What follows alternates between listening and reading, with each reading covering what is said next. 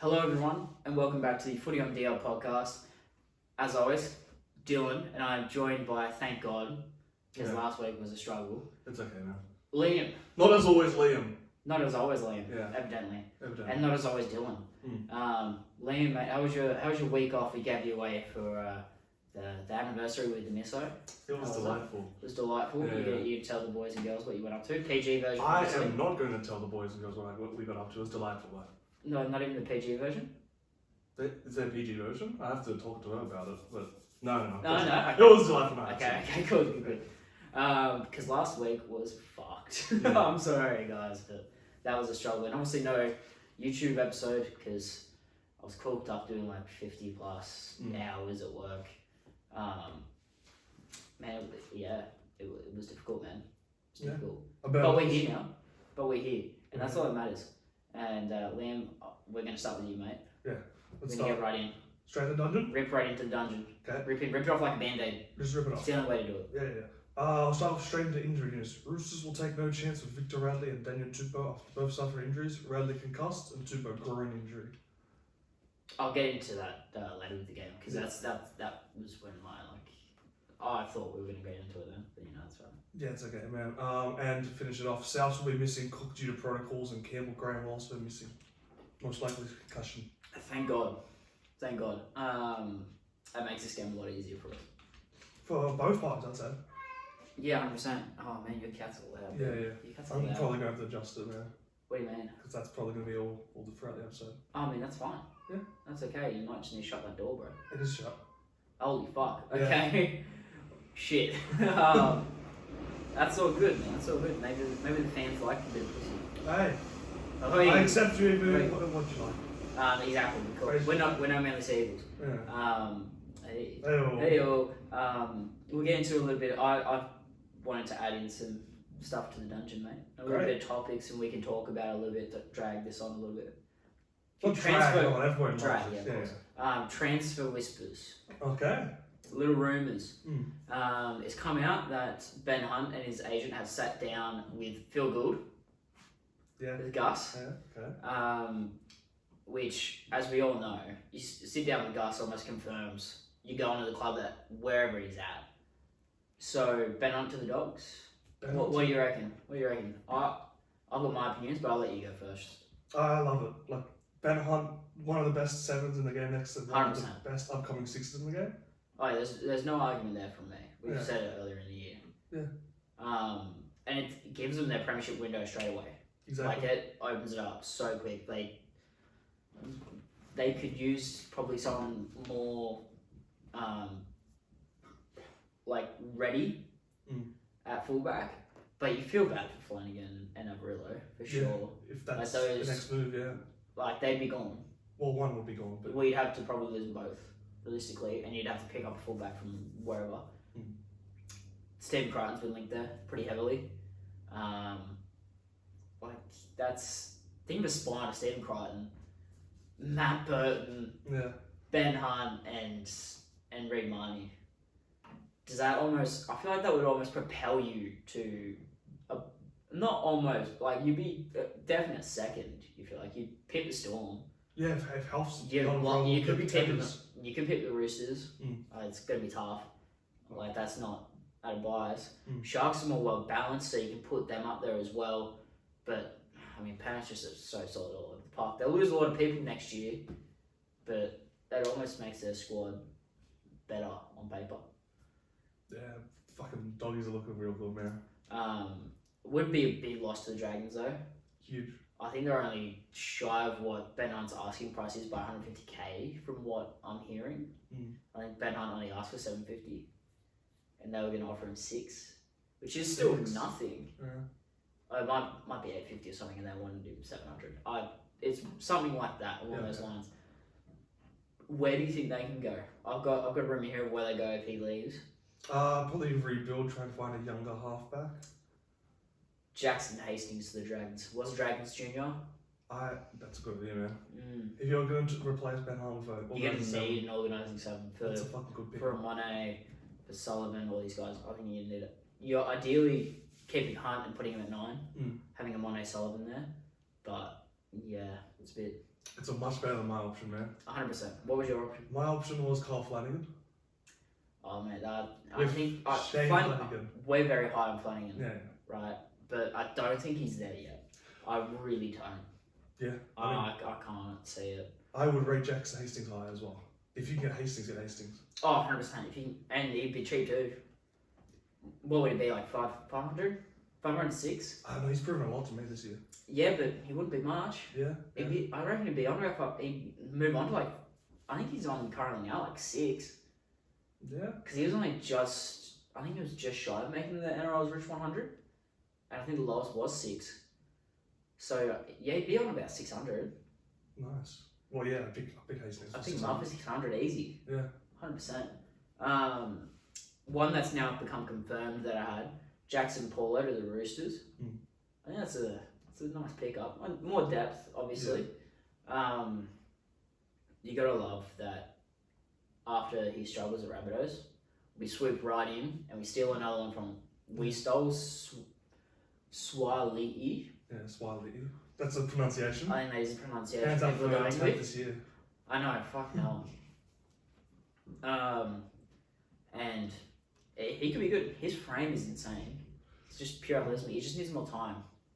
Yeah. But does this also pose the question of moving Swali'i to centre? Do you think he makes that move, or do you? I think I prefer him on the wing. Yeah. Because like we said, I think he'd be Israel Folau. And Folau, while he did play centre,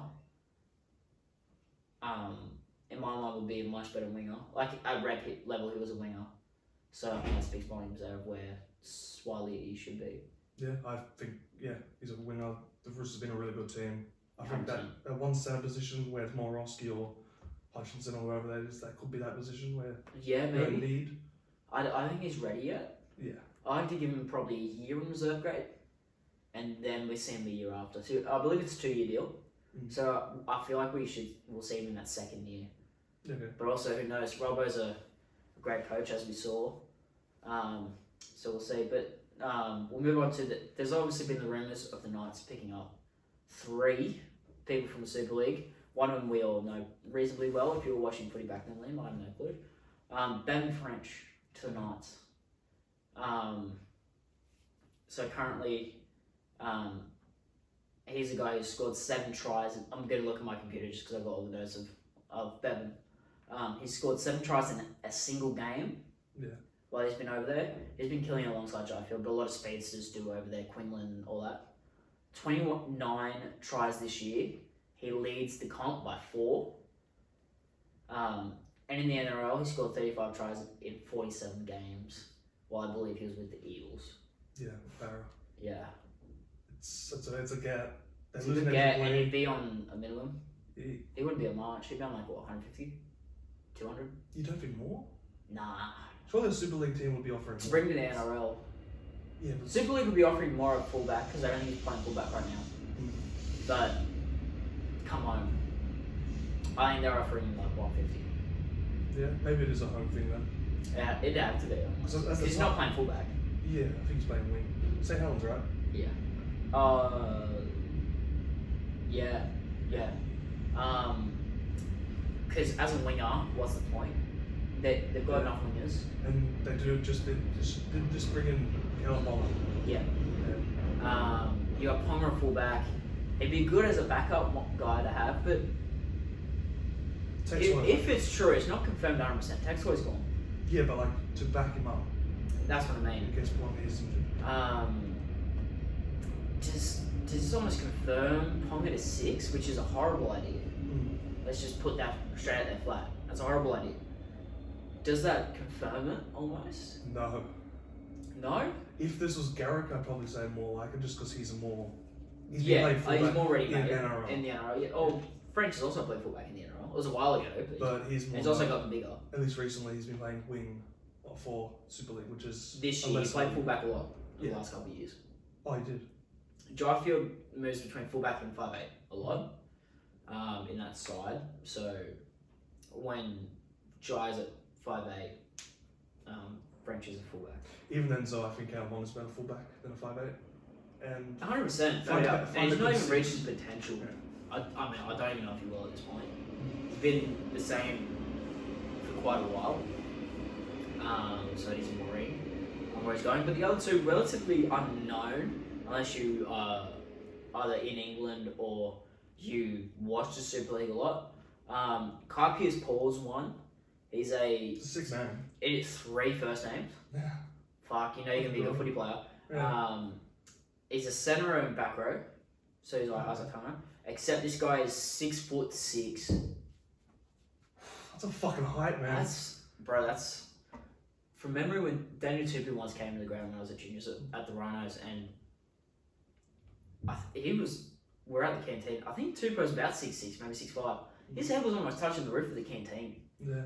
Like, that's insane. He's a tall motherfucker.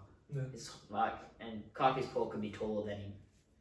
It gives the Knights a really good, like, leaping threat. I don't know if there's any space for him though. Because they've got, like, Tuala's been really, he's like solid. And then Gagai he's obviously not been great this year. Bradman Best as well. Fuck. Maybe the edge with Mitch Barnett moving on. Yeah, if they're good, I'm unlucky Fitzgibbon. I mean, these two guys, you're probably going to see them in reserve go for a bit before they make their inaugural debut. But if they come over and they kill it, it's not bad. And the other guy, Will Price, I believe he's the son of, I think Rugby League Guru said it on the Bloke in Bud podcast. If I butcher it, I'm sorry. Leon Price, he played quite a lot of games in the Super League. Never came to the NRL.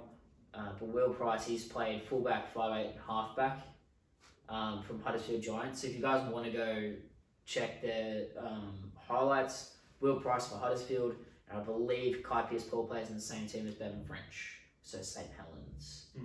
Check them out. I'm probably going to later in the week just because now I've seen this. And they're possibly coming to the NRL. I like to see what they're doing. Obviously, it's a different game, so take it obviously with a grain of salt. But Will Price, don't know what size he is. He could likely be a 14 with the ability to play fullback, 5'8", halfback. He could also, if he plays out well enough, be the guy to partner in Adam Clune and be that 6. So it looks like they've gone and snagged 2 options there on what will very likely be minimum deals in French and Will Price to figure out what's going to work best with Callum Ponga. Pong is still very young to where he can probably learn a 5'8" position a little bit pretty quickly. Ideally, it was done a lot earlier. We've seen it, he sucks. But give him a full pre-season and stuff like that, and trials, all that stuff, off-season, getting used to being a 6, he might be okay. Better fullback, don't get me wrong. And then you probably sit Bevan French there. He did okay when he was with the Eels back then. But, you know, you've also got Will Price if you want to keep him a fullback, if Will Price pans out. So, for what it's worth, it's good signings, I think. If they do come confirmed, it's basically confirmed. Yeah. But 3 signings on the bare minimum, which would be like, what, 100k? Maybe even less. Like, it's almost no different to Bulldogs taking a flyer on Paul Vaughan, who's done absolutely amazing for them, and surprised they're not bringing him back, and Matt Duffy, who obviously didn't pan out. But, like, that's very similar. You know what I mean? Just, obviously, those guys were NRL ready, these guys aren't. It's not a bad thing. Like, Knights are very well known now to take flyers on these guys from Super League. Like, Dominic Young was one of them. He played for Huddersfield. Playing pretty good now, yeah. He's playing pretty good now. He's become very solid. Like, it was 1 year at, you know, full first grade, lots of injuries, but he struggled a bit. Now he's getting there. He's pretty solid. So it's not necessarily a bad thing. And it could very well just be them trying to get some youth in the team. 100%. Like, that team's kind of old. Yeah. They're not old, but they are older. And last one, you'll love this one. I think you know about it. Ronaldo Mulatalo extends for 2 years. I don't know the money, but it also has come out that he has sat down with other members of the back line and they've had a conversation about all staying together to play. So, like, if Katoa takes, you know, however much off, Mulatalo takes however much off, and that goes to Connor Tracy or something like that. But it's a good sign for the culture there as well, that they're talking and they want to stay together and they want to take price cuts, and they're all accepting and knowing what they're going to take, which is good signs for your guys' future. You have a very well balanced squad, and you guys have absolutely blown any expectations out of the water this year. Like, we expect you to be in the 8, but not fucking fighting for the second spot. Yeah, it's good to see him do it as well. Like 100%. He's probably the leader in that. I'd definitely say so. Like, you see That's during the game, Iranian or something. like if you watch him during the game, he's like maybe the heart and soul of the team. Like you can say Vanuken. Something like that. Yeah. I would say heart and soul. Maybe in the back line. Yeah, just over the last couple of years since I gone back to being a Sharks, and like he's just so up and so happy all the time. It's fucking good to see. Yeah, I mean, if you had to call a leader of the back line outside of obviously Nico, would you go maybe a Moiser? Would you say it's Moiser? I'd say Moiser. Outside that, I'd say Mulatalo. Yeah. I wouldn't say Kennedy. Mulatalo's been around a little bit longer. Maybe Jesse Ramian. I don't know. Whatever vibes Mulatalo's giving off on that field, I fucking love it. It's good. It gets you a bit hard. I'm glad he's the first one signed as well. 100%. He's the most important, I'd say, outside maybe Will Kennedy. He was my first pick out of all. But even then, like, we're seeing these younger guys come through. Lockie Miller's killing it at fullback. Yeah.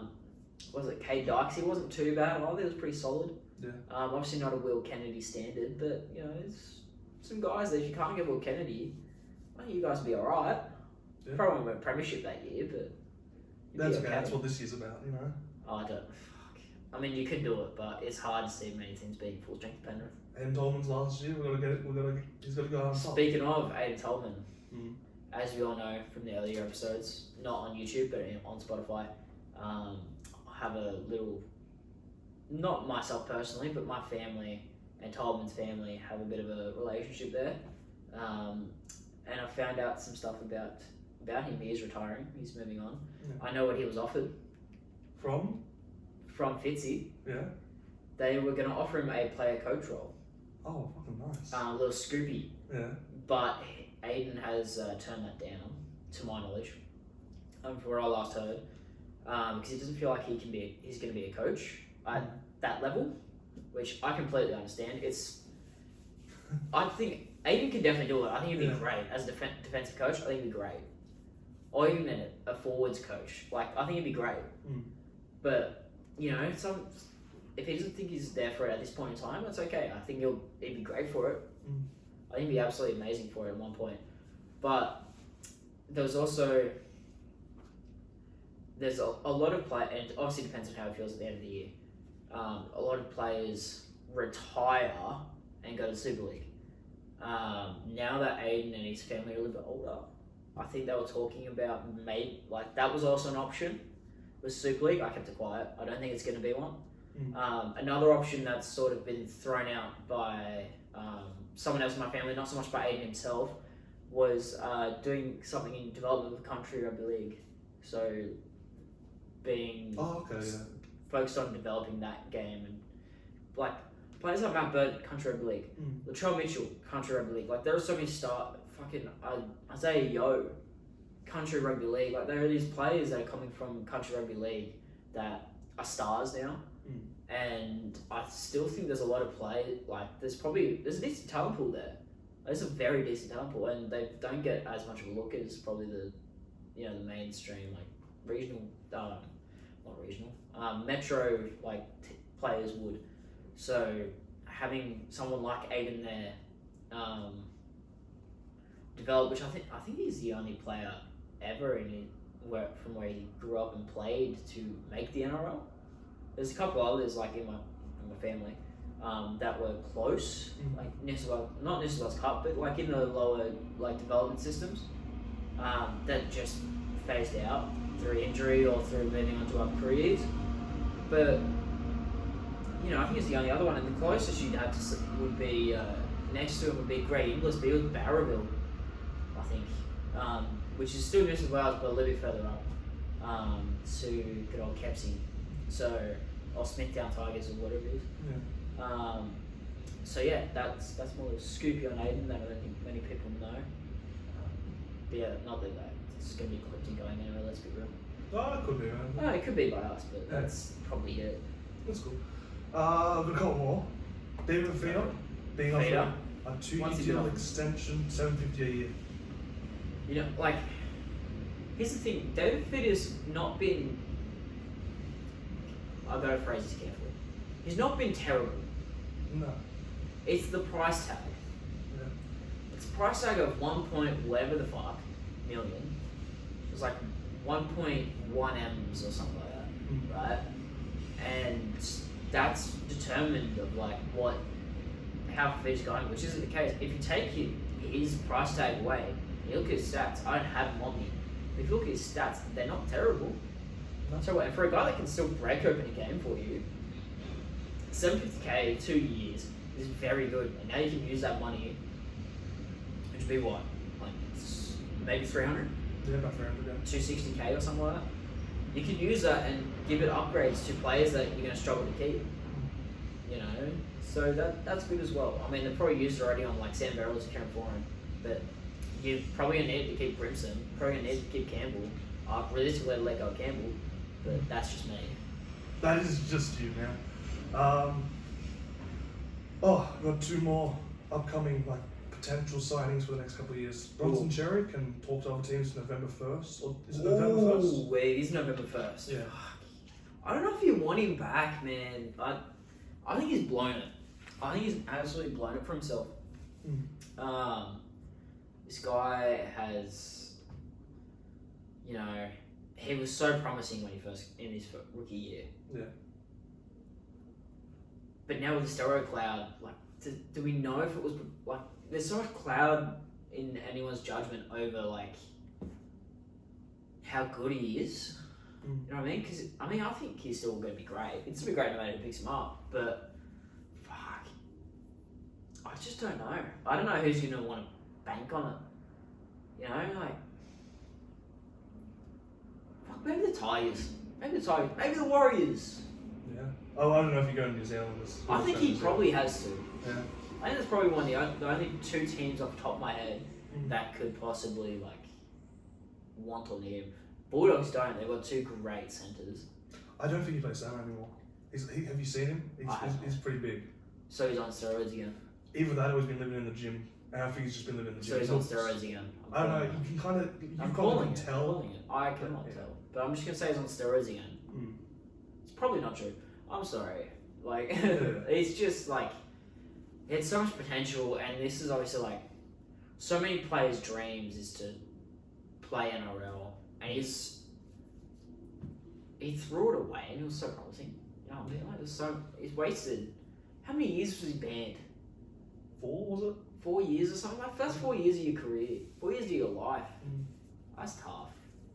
That's tough, man. Like, I feel bad. I don't feel bad for him, though.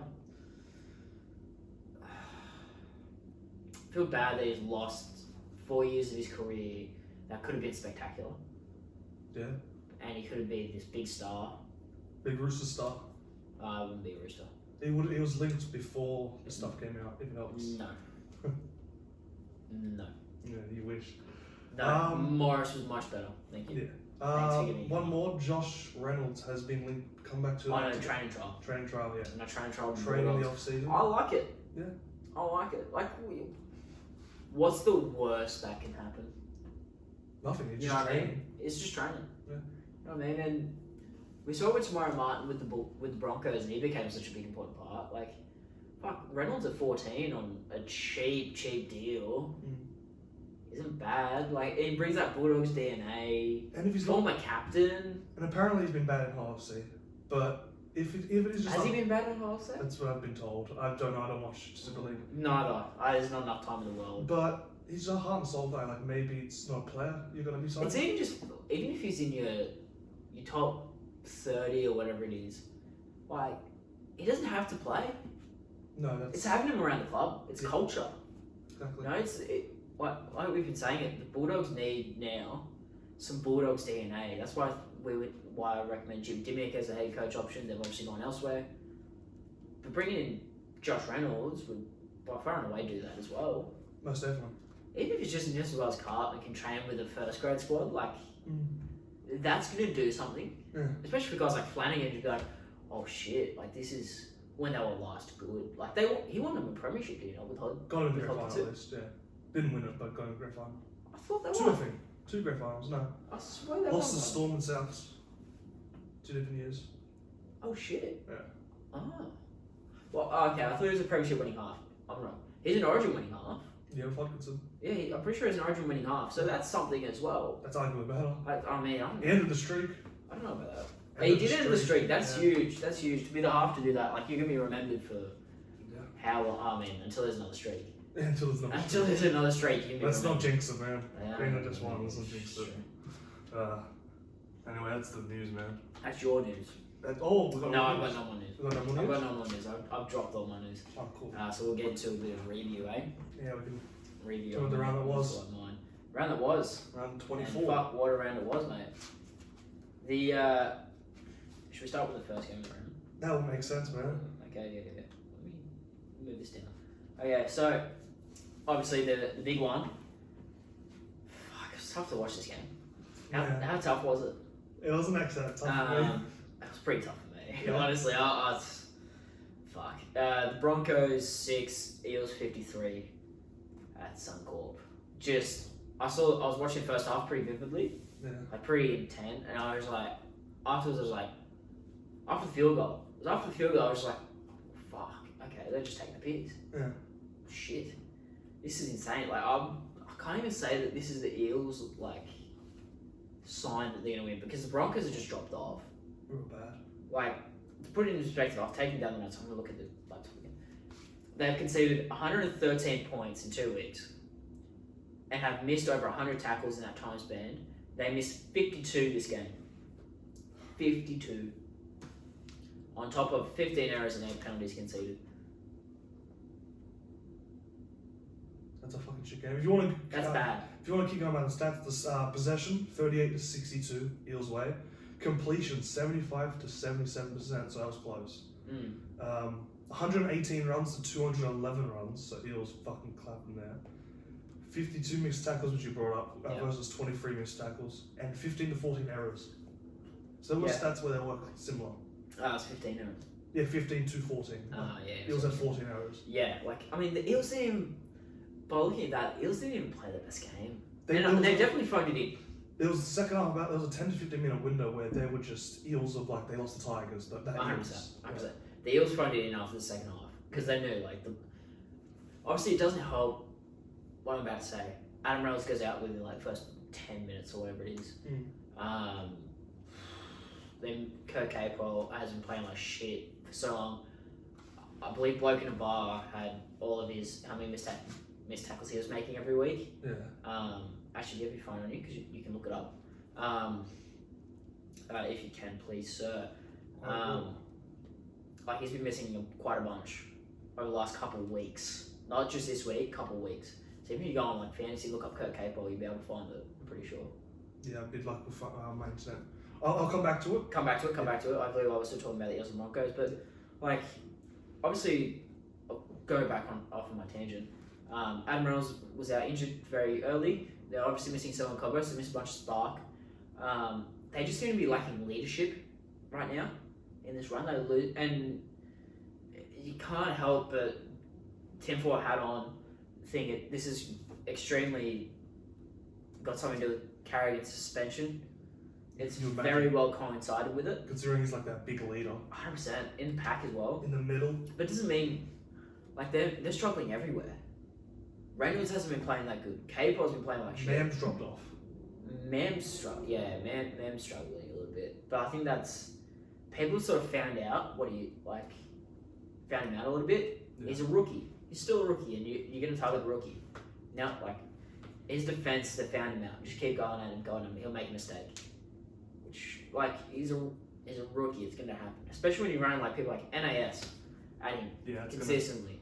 You're running Sean Lane at him? You know what I mean? Or iPad? Fuck. Talk about two guys who'd be hard to tackle. I mean, Sean Lane doesn't look hard to tackle. You look at anyone in that, like, Eels squad, and you look at Sean Lane, like, him. I could tackle him. But he's a big dude, big frame, and he's agile. He's got hands for days. He's come out of nowhere this season. I've been very well surprised. Yeah, he's fucking been good. Like, you should look at him and be like, there's an error in this game. There's, like, almost no errors in this game anymore, which is beautiful. You know what I mean? But this leadership talk has. I want to pose a question to you, Liam. If you had to pick one of these two players, who are you taking? Pat Carrigan or Payne Haas? Pat Carrigan, man. Mate. Are you kidding me? You and I are on the same wavelength today. I'm taking, Payne Haas. Yeah. Going to be one of the, when you look at stats purely, and obviously, I think he's going to be one of the all-time forwards, right? Yeah. Just because of his workload. If he can maintain it for 10 plus years, he's going to be an all-time great when it comes to forwards. But he just didn't have the intangibles. Like we've seen, the Broncos are fine without Payne Haas. Yeah. But without Pat Carrigan, fuck. It's bad. Yeah, it's a real problem. You know what I mean? So, Payne Haas is saying he's worth $1 million. Yeah, his stats can kind of back, Does he if there's any forward, you can sort of, you lean towards him. No forward has deserved that. We've made this point very clear. But of anyone in that Broncos pack that, off of impact alone, deserves $1 million, it's Pat Carrigan. Yeah. And he'd be nowhere near. No, he wouldn't. I'd say he'd be on $400K. Yeah, because I I'd be signed that a while ago. I'd be tossing at least $750. Like he was obviously captain the year before, but is he captain this year as well? I think it's Reynolds. Fuck, I'd be putting captain as Carrigan, honestly. Yeah, I would too. I thought it was a bit hard done by when Reynolds took it over, just because he was there before. And yeah. Well, I mean, we see it now. You see the way he was in Origin. Yeah. Like just sort of like came in one game only, and he's like being that leader. Yeah.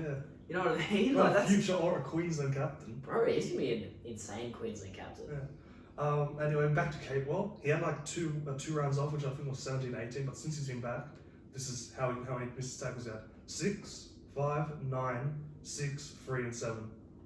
Just 7 last week. Yeah, 7 last week. For an edge forward, that is atrocious. Especially for what we know Kurt capable to be. He just came off Origin. I know, but at the same time, fuck. That's what I mean. Like, surely he'd be at a higher level if he is 100%. Like, he can't be. I mean, no one's 100% at this point in this season. No one is. Everyone's playing through injuries, getting nailed up or whatever. But no one's 100%. Like, at all. That being said, like, I thought Corey Oates probably saved about 20 points in that game. Oh, he definitely did, but he also had 3 errors. Yeah, but John Pereira had 3 errors. Like, everyone in the backline had 3 plus errors. Do those errors count if you knock the ball on trying to intercept it? Don't think so, because it would be a lot more. Don't know then.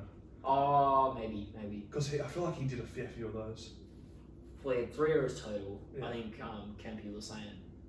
But yeah, that was probably about 20 points scored in that corner if he didn't charge that. 100% that would have been 100%.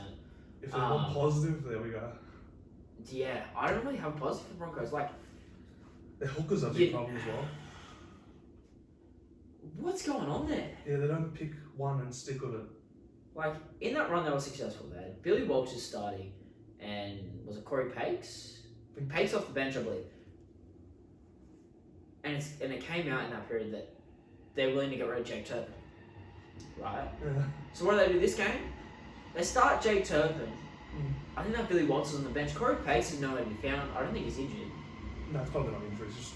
So, like, what the fuck is going on? Yeah, you're moving on from the guy you want. Turpin's your, like, one specialist hooker. But, like, you don't want him? And you don't play him? Like, it's dumb. Yeah, man. It's backwards. Like, even just going away from what got you into, like, a spot where we were so sure you were going to make finals. Fuck, we were sure you were going to make top 4 earlier this year. Yeah. Like, we were so sure. It was like, fuck, how can the Broncos miss the 8? Newsflash, after this week, they've missed the 8. I don't think there's a way for them to come back. They need Raiders to lose against Tigers. And they need to win by 50. Yeah. No, they just... No, they do. No, they do. Because they're tied. And they need to win. They're just tied around. If they both win, they need that. But if Raiders lose to Tigers, which is a hard ask. It's a hard at Leichhardt. Doesn't matter. It doesn't matter. It's a hard ask. But it's still Leichhardt, and it's the Tigers. I don't think they're going to get past Joe Tarpanay and those forwards now. I don't know, man. Like, outside of last week, we're moving on. Outside of this, we'll get to that later. Yeah. We'll talk about that later. When we get to the Raiders, we can talk about that. But, like, they've missed the 8, and all of a sudden we're talking about this season. is obviously coming from last year. If you look at it without the context, this is a great effort. But this season, with context now of how the season's gone, is such a failure. Not a disappointment. Failure is like probably a little bit too much, but you're disappointed as Broncos fans. Like, and the fact that it came out, and I don't think this was confirmed true, but players were upset after copying a spray for how they performed over the last couple of weeks. Yeah, what I've read is 2 players are pissed off that they were called weak by Waters.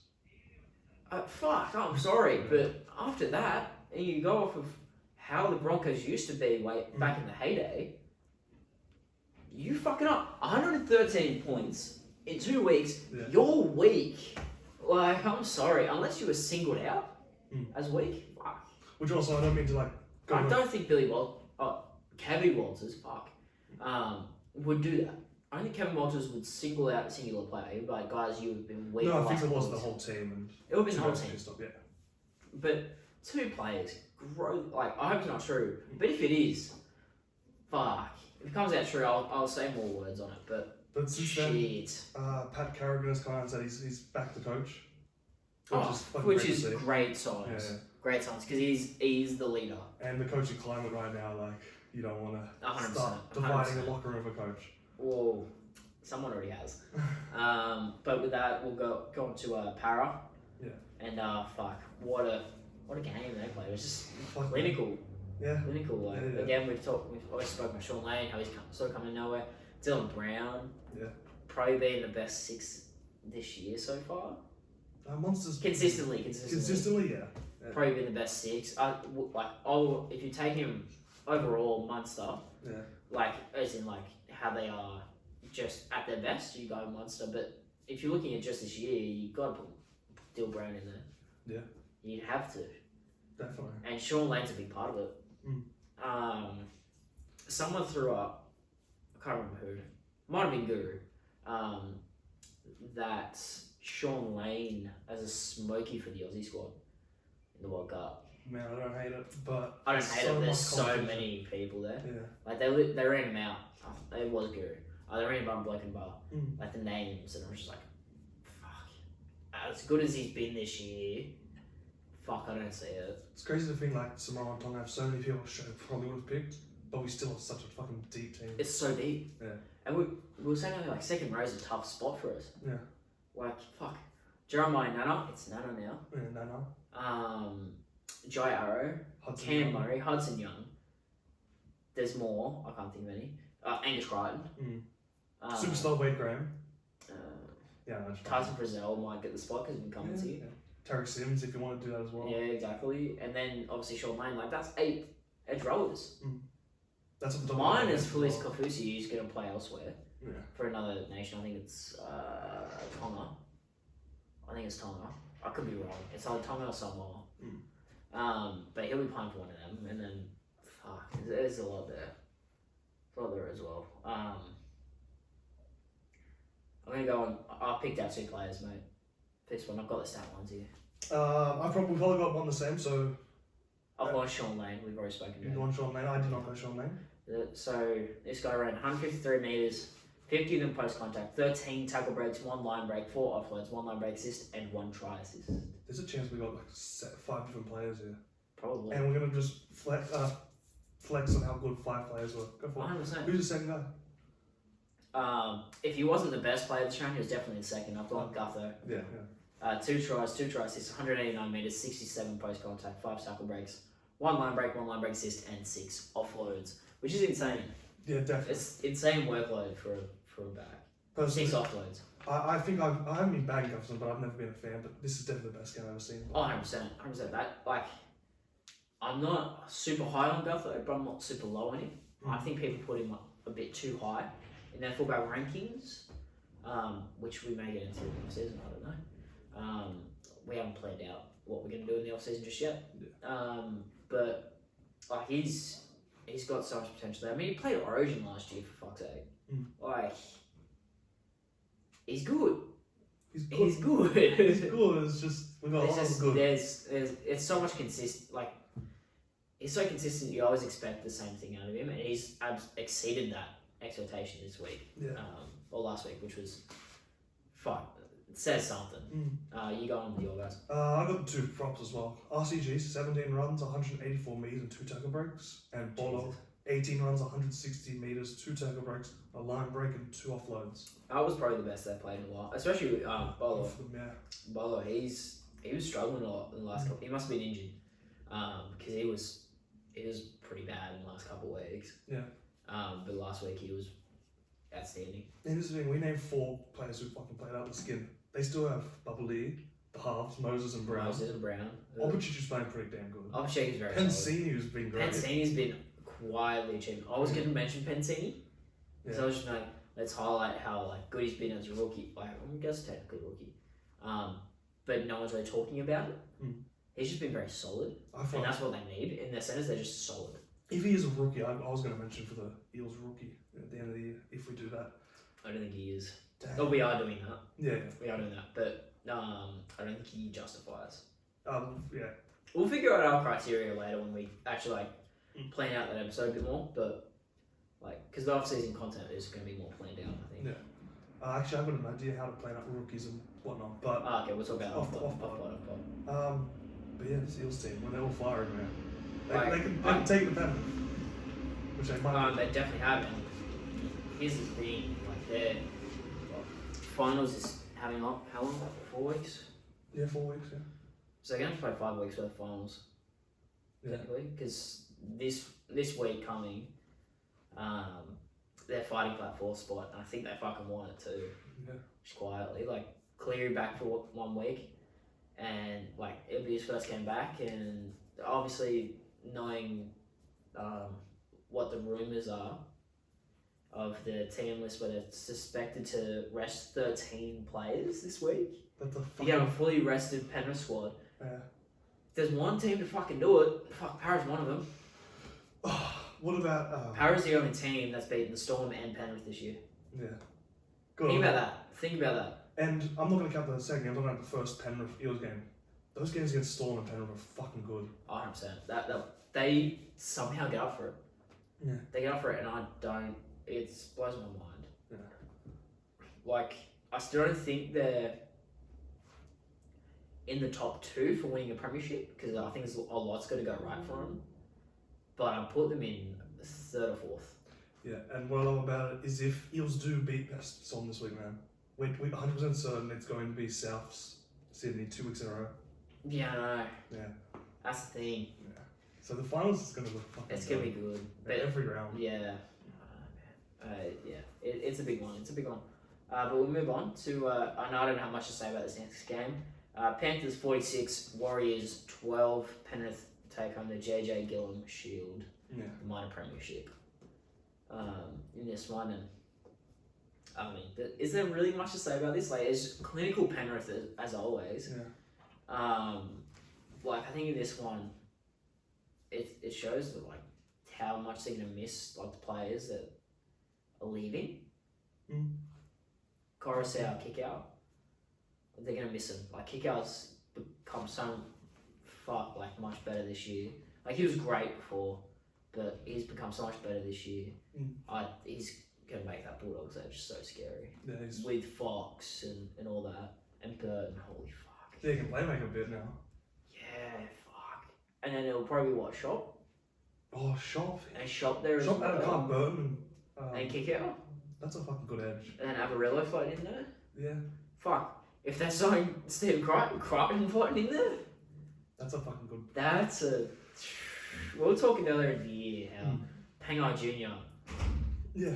Fox, whoever, and Burton's gonna be good. Fuck that. That one gets me even harder. Yeah, New South Wales Cup superstar Tavita Pangai.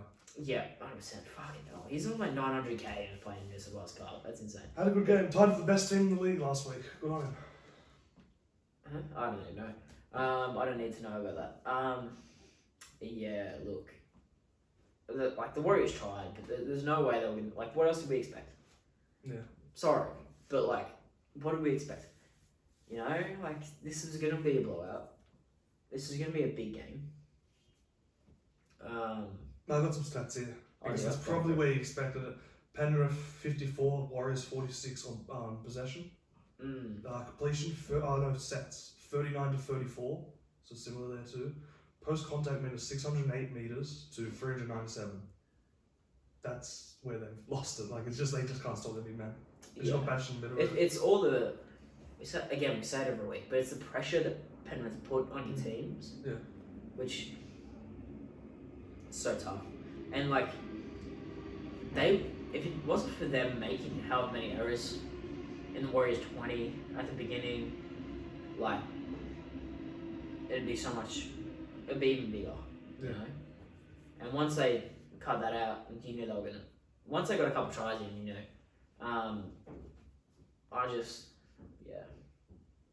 I can't say much about repeating ourselves. Yeah. Warriors missed 54 tackles and 9 errors and 5 penalties conceded. I got the most tacklers of each team as well. Go for it. Isaiah 43. Yep. Freddie Lussick 37. Fuck. The most tackles was by a small Freddie Lussick. Yeah, that's bad. Yeah. It's bad. You know, I've said all season. I'm wrong here. Yeah. By the way, for the first time this season, I think. Just first? I think it is the first. Oh, good on you. I think it is. That have lasted this long is pretty good, to be honest. I said all season that Curran should be the lock. Yeah. I now see the error in my ways. With the way they scored those tries, man, with Harris's playmaking, you're right. Harris at lock is the way to go. Yeah. You're right. I said Curran should be there because that's when the Warriors look best, because that's when they're the most damaging.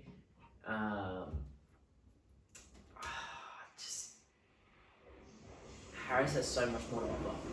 Like that, all their tries were off his playmaking. Yeah. All of them. All 2 of their tries were off Harris's playmaking ability. And Curran doesn't offer that. Hey, they went on 0, so they'll take those 2 tries. I mean, 100%. And the tries they made were fucking good. Mm. They were very good. After the first drive, also said they've got to miss Reece Walsh a bit. Yeah. Hopefully, Chance is pretty decent as well, but Chance is good. He's not. I think you can get that from Chance. Yeah. You can. I think we'd be underselling Tory Harris there a bit. Honestly, I just think what he did was very, very good. Cool, yeah. Also, the highest run meters, Brian Toyer for 199 and Adam Fanua-Blake for 138. Yeah, that's bad. Yeah. That's normal for like a Penrith game. Brian Toyer to lead the meters, but what I did was I took notes of 2 players again. Yeah. I tried to make it a habit Yeah, for these now. I took notes of the 2 players that came back into the squad because I thought it was big. Obviously, they played so well. Now that they're both back, Jerome Luai came off of what I think was a knee or a hamstring. I think it was a knee. Knee. He goes in. 1 try assist, 125 meters, 6 tackle breaks, 1 line break, and 1 line break assist. It's a fucking good game back. He came back and he worked hard and he didn't shy away from contact or anything like that, which was very good. I didn't think that would happen considering if it was a knee injury. Yeah. I thought he might have taken the back seat a little bit and just sort of let the game come to him, but he took the game by the scrote and ran. The other person came back, James Fisher-Harris. Yeah. 181 metres, 53 post contact, 2 tackle breaks, 2 offloads, and 35 tackles, I believe 0 misses. And 20 runs as well. Yeah. Yeah. Very good. Yeah, very good. Very good. I mean, he just shows how much they needed it in that go forward as well for the forwards. It's hard to say that Penrith have been so good for this time he's been gone. And now he's back. Yeah, I know, but you see how much better they are now. Yeah. Full strength is insane. Yeah, and they're going to be that next week. Not this week, next week, in the finals. Yeah, poor Parramatta. Yeah. Or Melbourne. Or Melbourne, to be fair, yeah. Yep. Oh, yeah. Anyone? Yeah, that's cool. I went with Fisher-Harris, but... Oh, you only wrote Fisher-Harris? Yeah, I had Mitch Kenny, 38 minutes. Good to see the future 9 getting some quality minutes. But well, he's going to get some very quality minutes this week. Yeah. If rumours are true. Yeah, and especially next year. 100%. So, you want to go to the next game? One second, mate. Speaking of the game that came through, I got something. You've got something. I got something. big cock energy for a big Roosters win. Let's go. Nice. Let's go. Yeah. Speaking of big cock energy, we can use this for our hot takes for the rest of the week, mate. Yeah. I wrote something here. Now, taking my big cock bias aside, I have said that outside of Penrith, the Roosters right now are the other team to take this comp. Big cock. I mean, yeah, man. Like, you want to try some more big cock? maybe after the podcast we're done recording, maybe. But ever since Joey Marno's like, no, it's right next to the mic, bro. I know. It tastes like shit too. Good. I went out to Windsor to the lollies and stuff, and I saw it. Yeah. I was like, "This is great. I'm buying it." Especially, and this was after the Roosters game. So I'm like, fucking nice. Let's fucking go. Ever since Joey Marno's like played less center, more infield, like this team's just fucking opened up. yeah, They've 100%. added like an extra element to this team. Well, big cock tastes Yeah. pretty good. Oh, yeah? Yeah, it tastes pretty Shit. good. Yeah, this was like the best game around, if not the year. The physicality. Yeah. Like, if anyone was to ask Dylan, what is rugby league? I'm showing them that game. Like, if I had to pick one from this year, I'm showing them that. I'm showing them Storm Eels. I remember Makatoa and Nelson having a good game and how it ended. But yeah, you're right. This is a fucking great game. Like, there's so much to come out of it too. Yeah. So much. Like, the fact that both teams weren't even at their best. No. You know, and the Roosters, like, they completed about 82%. Yeah, exactly that. And Storm 75. Like, and how well they played. Like, I'd put any other team there outside of maybe Penrith, and I think they win those games, both teams. Yeah. I think Storm beat most teams in the comp, even in the 8. And I think the Roosters beat basically everyone. I don't think anyone would have beat the Roosters that night. After that sin bin was when Storm came back, which we can talk about if you want. We can talk I'm about fine it. with talking about it. Let's go. But yeah, no one's beaten the Roosters. Like, they were in control until that. Yeah. And they just held out. Like, this was the Roosters game. There's no way Storm winning this one. Very close, and it took James Tedesco try saver on Kenny Bromwich to do it, but we got there. So you want to talk about Simbi? That's all I said. JWH. Yeah, JWH. I'm, as a Roosters fan, I'm absolutely okay with it. Yeah? 100%. Is it because you guys won? No. Oh, okay. No. Because you need that alpha. You need that Big cock. big cock Yeah, in your you team. need. You need that arsehole in your team, man. And JWH is that. Like, NAS is that for the Storm.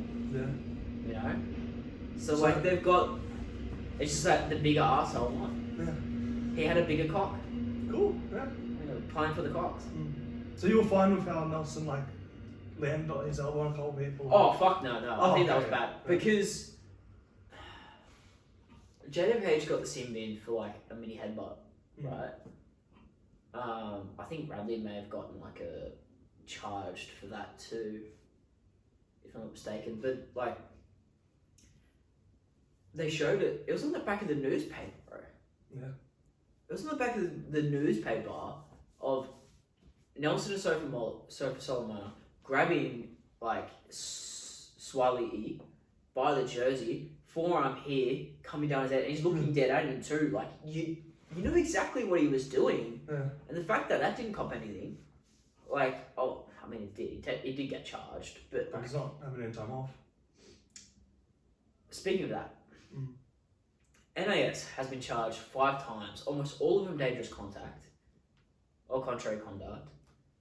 5 times for a total of 12K.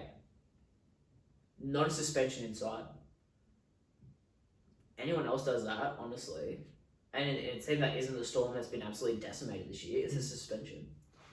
Fuck man. Tinfoil hat on. Like, have they had that many suspensions this year? Storms? No, I can't even figure the Brandon Smith one. And that I think was they've just verbal- got fines, That was verbal to the ref. which so, that was very justified. yeah. But like, after some of the stuff, man, you'd have to say that, like, yeah, I can see a suspension here. For this confusing, he did hip drop him again. And nothing, because Nothing. he didn't get injured. Yeah. And I get, with those tackles, it's hard, right? So, while yes, I can see why Roosters fans and Roosters management are upset about it. Hell, I'm upset about it, but I can see it because no one got injured, so it's hard to see in game, the speed of the game, that it was a hip drop. But even with the penalties and suspensions, like this round, how many people did you see pull out of a hip drop? Yeah. Quite a few.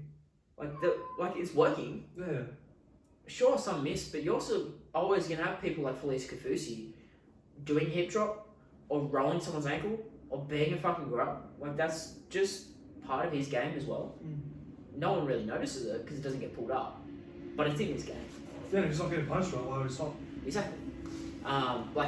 That's the main reason why Collins got pulled up was because dude got injured. Dude had a suspected syndesmosis injury. Like he did have one. To be fair, he did get injured, but like, why else would he get pulled up? Why else would it be noticed? Because it didn't look all that bad. If he didn't have prior incidents, he'd be getting 2 weeks. And that's exactly what he would have got. But because he's been charged like 3 times already, he gets it.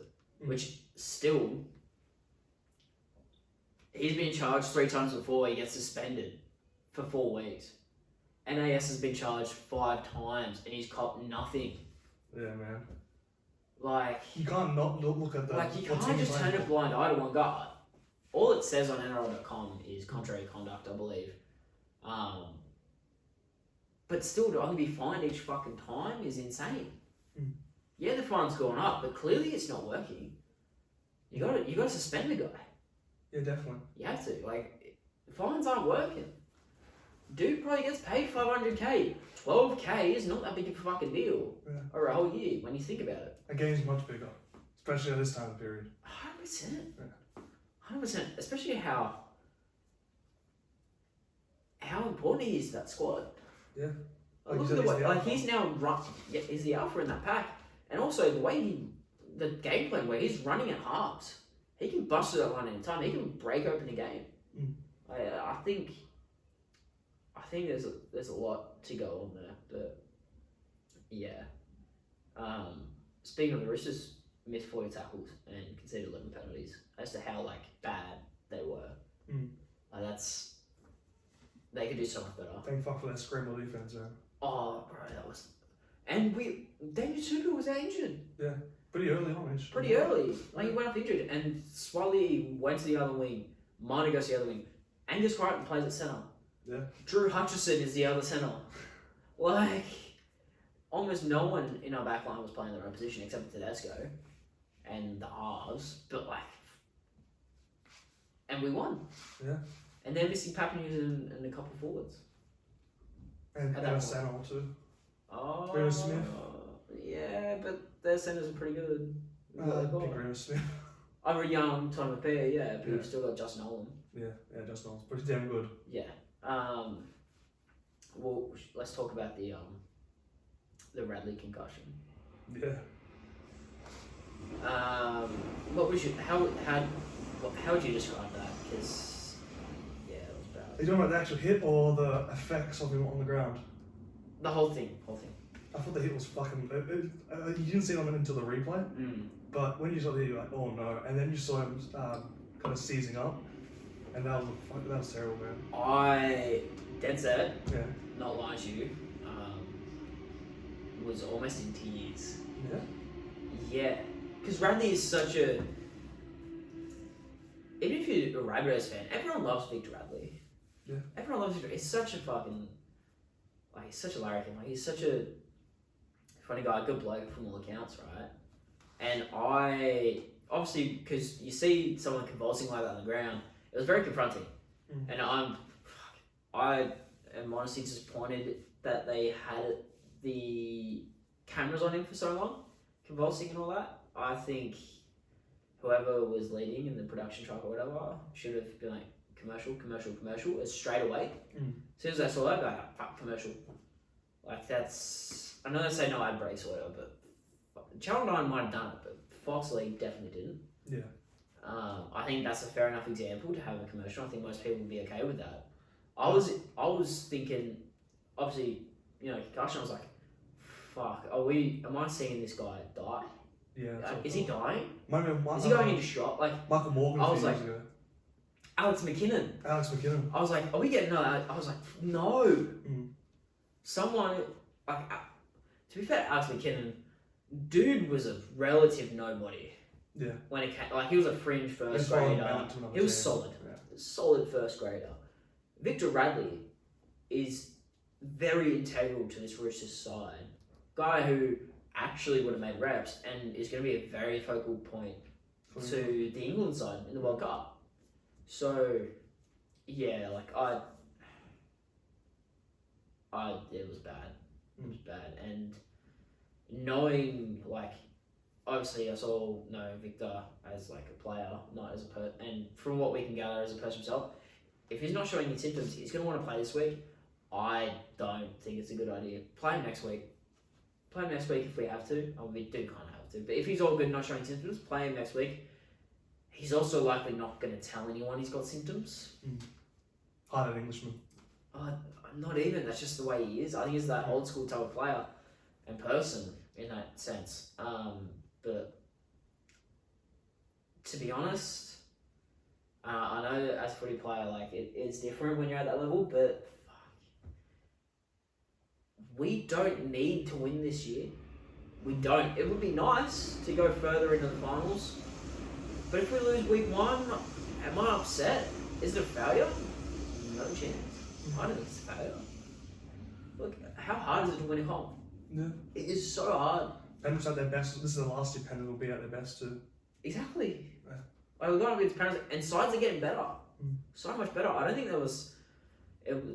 Roosters are getting better. Since 1999, like, I don't think it's been as close as it's been ever. In the top side, yeah. In the competition. So, like, which is insane. And the Roosters get better next year. So do a bunch of teams. As do a lot of teams. We're getting better. Our younger guys are getting better. We should have most players under contract still. That's if Rugby Australia don't pinch Swali, which could happen. But yeah, I just think I think obviously they're different to me, right? Because this is their job, their career, and if I was in that position, I might be like, well, no, grand finals, everything. We got to get to the grand final. I'm going to play through. Play no matter what. But as a fan, sitting on sidelines, and you can call me like not a true fan by saying this. Besides the point, Roosters are a powerhouse in this comp. It's the way it is. Like, they're going to be there or thereabouts for quite a while. It doesn't mean much to us this year if we win week 1. Yeah. If it means Radley's out for a long time and we have to start and find another 13 again. Although, to be fair, Brandon Smith could be that 13. While Radley's out. So, I personally think he should maybe even sit 2 weeks. We're usually pretty careful with our concussions at the Roosters, but Radley's a different beast. He's just that type of person, I think. Yeah, okay, yeah. Yeah. I mean, have I got anything else to add on with this game? I've got a couple of stats of signings, and we can talk about like the player itself. Oh, actually, we got our Monster. We can talk about Monster. Monster. What a fucking idiot in the last couple of minutes. Remind me. Tedesco gets the ball in like last 2 or 3 minutes. He's held. You can hear the ref held. He tries to strip. Yeah, that was a brain-headed move. That ended the game. He's just brain-headed. Yeah. So it was a brain explosion, and I was just like, you're an idiot. Yeah. You're an idiot. Oh, fuck. Even like NIS's first like thing when the first blow up happened, and then Radley gets him a fucking joke like, fuck you can't.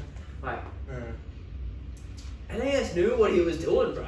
And he acted like he didn't. Like his stupid, like Roosters fans coming out, the stupid face he had, just like, what?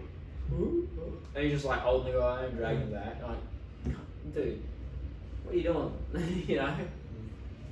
Have you got some statisticals? I've got no statisticals. I've got 3 sets of statisticals in this one because this was obviously my game of the round. Nice. I brought this one up because I wanted to talk about him, about how important he's been. Just like bringing him in. Matt Lodge.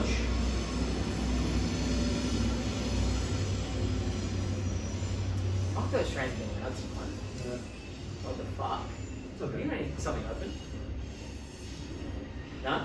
No. Alright, we're good. So Matt Lodge, 144 metres, 62 post contact, 1 tackle break, 1 offload, and 23 tackles. His first, however many minutes, 20 minutes or whatever it was, where he made like 100 metres or whatever in the first, like, his first stint. Fuck, that much. Oh, he made like 10 runs very quick. Shit. Like, very quick. He was like quick 10 runs, and he was pumping out. He was working his dick off. And now that Collins is out 4 weeks with that hip drop tackle, yeah, we're gonna need him. That signing is perfect timing, and he's exactly what we need. Also, I'm pretty sure Roosters haven't lost to Matt Lodge yet. Yeah, no, and we also have only lost 1 game since Sam Walker has shifted to the 7. Fuck those moves. And that was against Penrith, where we had some unlucky calls. Yeah. All that being said, in that time span, there weren't exactly, tough teams. There was the Cowboys and the Storm this week, which the Storm solidifies us in my mind as premiership favourites. Weeks long time, we could get absolutely smashed by the Rabbitohs this week. It can be different, but yeah. And Sam Walker, can we talk about him for a sec? I haven't got his stats, but like, dude's gone from kicking like 55% down to like almost 77 or whatever, like conversions. And in this time span, he's probably kicking like 84 in this run. Like, he's insane. I think it was last week or the week before when he kicked like 13 or 13 against the Tigers. A lot of them weren't easy either. They were difficult, the fact that he's turning around so quick is mind-blowing. Yeah. I'll move on to another one. I've gone with the back. Joey Manu, 1 try, 172 metres, 20 in 21 touches, 74 post contact, 8 tackle breaks, 1 line break assist, and 4 offloads. Fucking big game. Big game. Especially when you take them into be a centre. 21 touches. I think he touched the ball more than Tedesco. Fuck. Yeah, which is saying a lot because of how much work Tedesco does. And then I had to bring in Jerome Hughes because he was just a freak. There's so many good halves, but he missed much of the week. If I did one, 152 metres, 9 tackle breaks, 2 line breaks, 1 line break assist, 1 offload, 16 tackles, 141 kick metres. Fucking big game. Huge game in a losing effort. Yeah. He was their best player. He looked their most dangerous, and I honestly can see why they gave him a fucking bag. Yeah. We go to the Raiders and the Eagles, mate. Raiders 48, Eagles 6. We've obviously gone on this already, but the different 6 weeks can make holy shit. Yeah. Broncos are set for a top 4 berth, and the Raiders are struggling. Now they're in the 8, the Raiders, and Broncos missed the 8. Fuck. I know, man. The way they turned it around, bro. Especially a couple of weeks ago, I was saying if any team's dropping out, it's got to be Eels. Yeah, we were saying it's the Eels. The Eels could be in the top 4. Yeah. The Eels are fighting for the 4th spot and playing Penrith week 1. Like, wow. And you know what this game, they completed just shy of 90%. The Raiders could beat any side in the 8. I think they can. On their day, I think they can beat any side in the 8 right now. I don't want Sharks facing them at all. I don't want Roosters facing them. Yeah. They've beaten both our teams. I'm going to say this, in the finals, watch these guys. As they call them in the US from collegiate basketball, these guys are going to be bracket busters for a lot of people who predicted the finals. They could go a long way, and they're going to make a stretch out of everyone. This final series is going to be the most exciting we've had in a very, very long time. Some amazing performances are bound to happen. Yeah. Every single squad now is insane. And they're in their best form, every team. Yeah. Except maybe Cowboys. They're going to be fucking doing something this weekend, though. Well, yeah, against basically the New South Wales Cup squad of Penny. Yeah.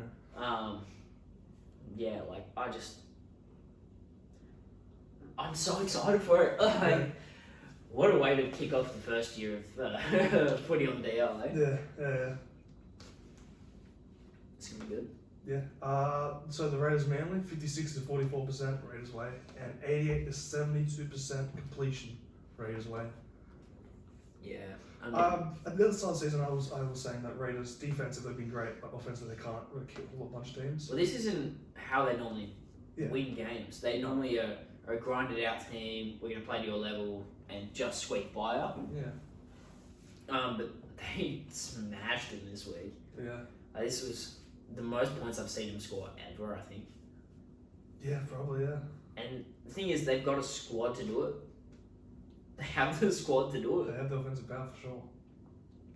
And Jack White is a great ball runner. Good enough runner as well. And good organiser. You got people, Jordan Rapana, on his day, really good try scorer. Hudson Young, one of the better edge rowers. Papali'i, better forwards. Tarpanay, probably the best forward this year. You'd put him up there as your best prop. Adam Elliott, good 13. Very good. You know, like, fuck. The only thing you'd say they're missing is probably fullback and a 9. That's why I don't think they will win. I just think they could be the upset. If they had 80 minute 9, they'd be good right now. 100%. They just could upset a lot of teams. But did you happen to see the footage of Chance in the World Cup where he's getting teary-eyed? If there's one good thing for the Warriors to look forward to, and we said it before, it's that you're getting that level of emotion. In your team as your fullback, that's very, very good. I feel bad for him for not being able to play in the Raiders, even just coming off the bench in the Raiders' last home game. Fuck, man. You see how much it means to me in that jersey.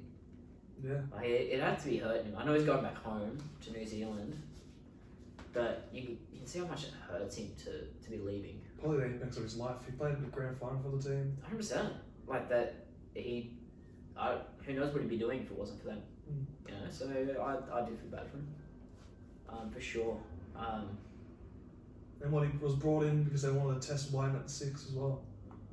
Wasn't that kind of how the... Yeah, pretty much. Fuck, man. How great that worked out for them. Yeah, now it's going to work out pretty good for the Warriors. Yeah. You'd think. What's going on at Manly? They've given up, man. They stopped playing for Pride when they... No. They stopped playing for Pride 2 months ago. Yeah, but it's not everything's just going out of nowhere.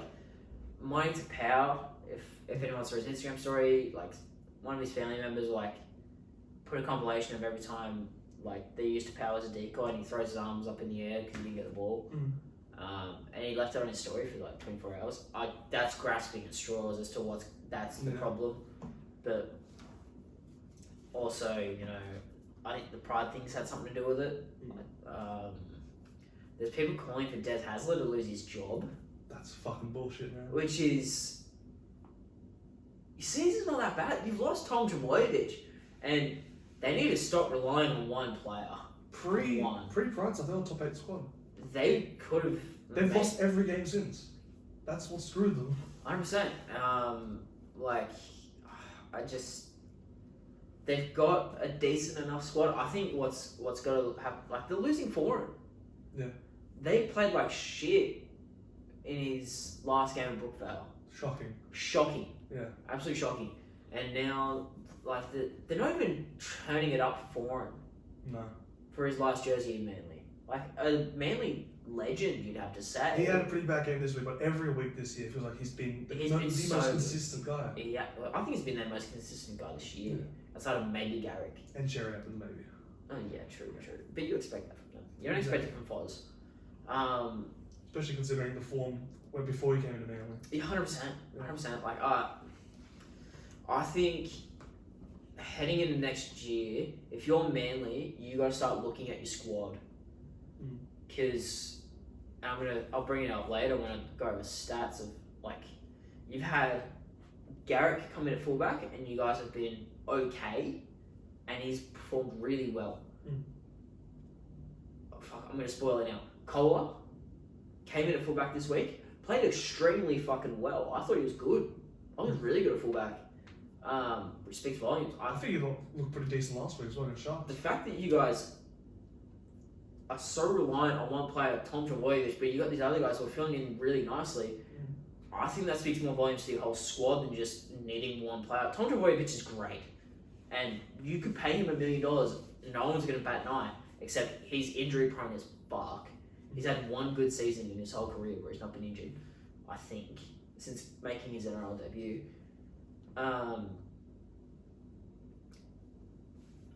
Do you move on from Tom Trbojevic?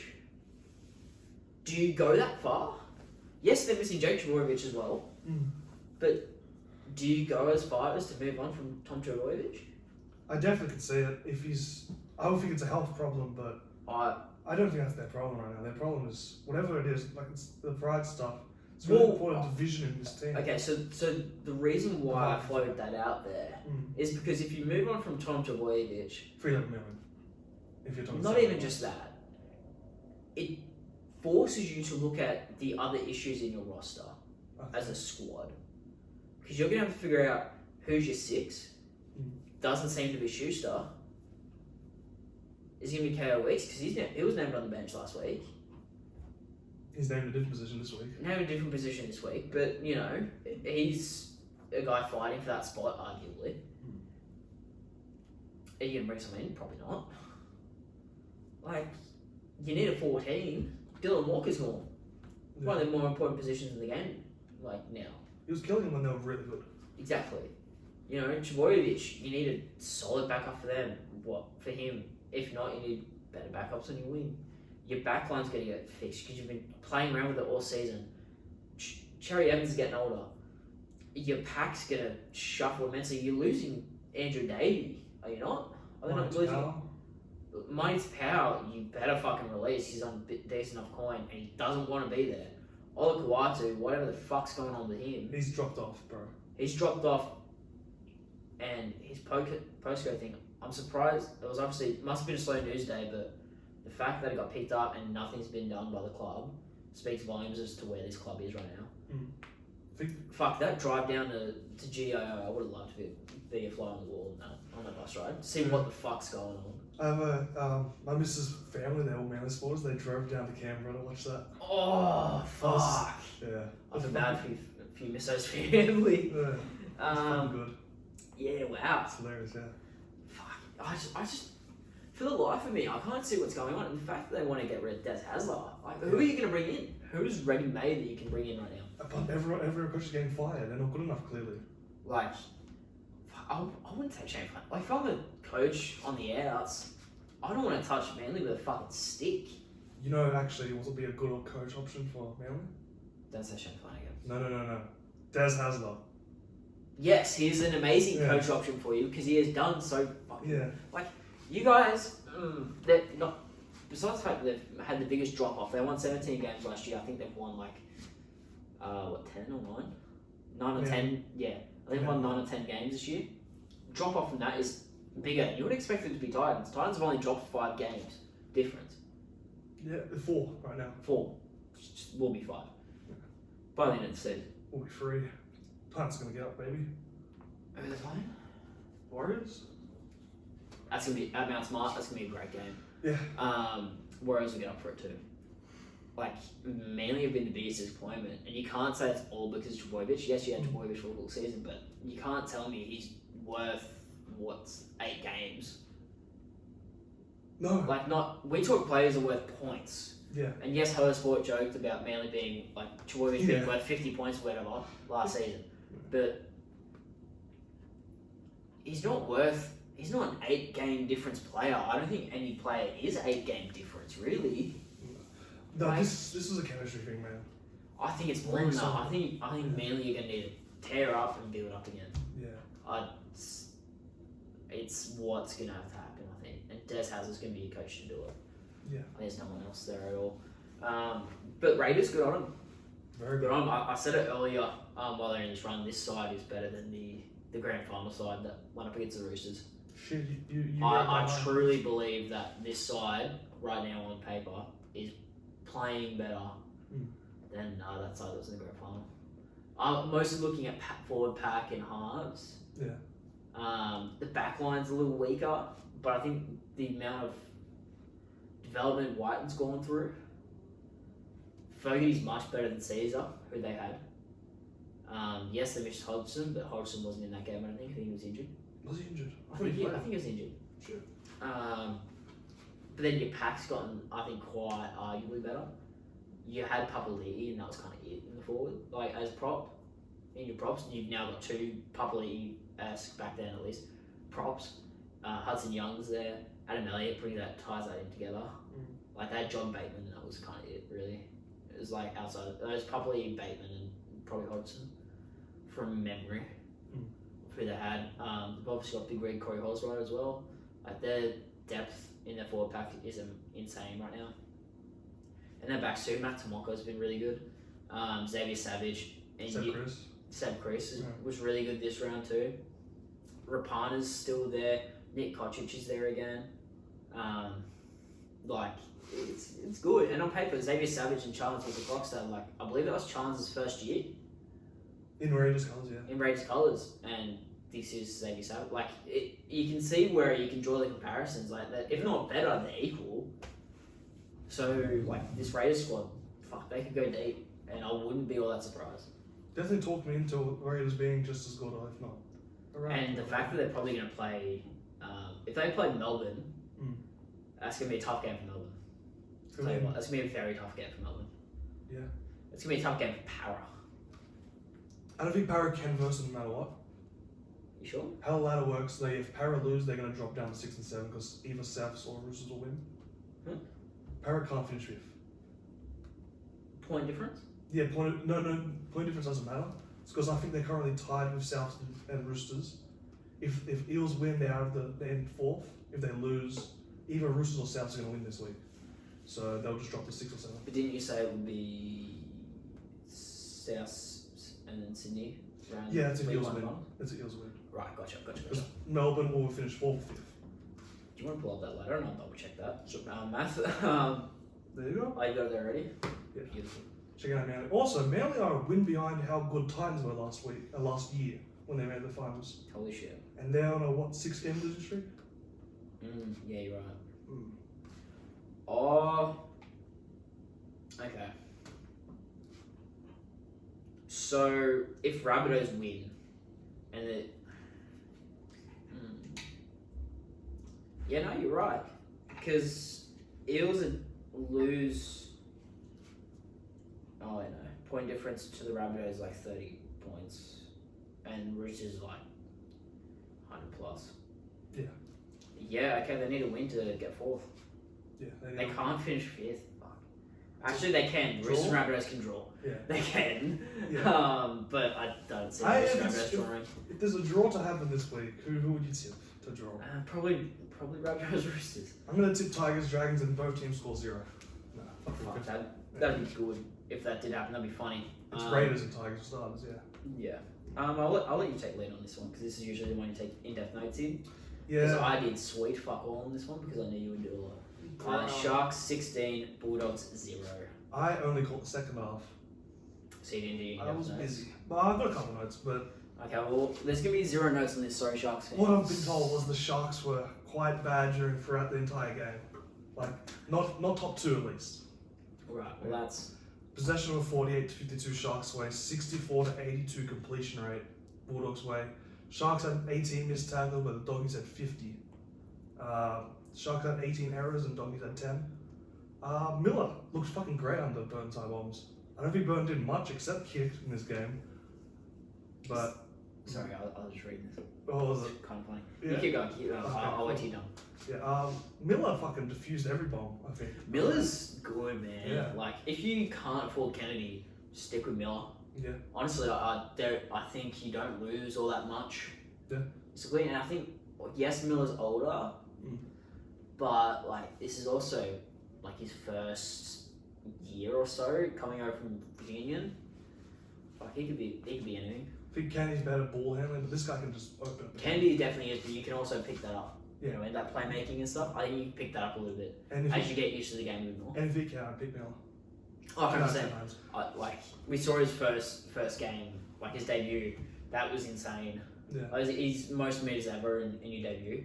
Pip Denton Kemp. That was all Denton Kemp had going for him outside of Blake and a bar.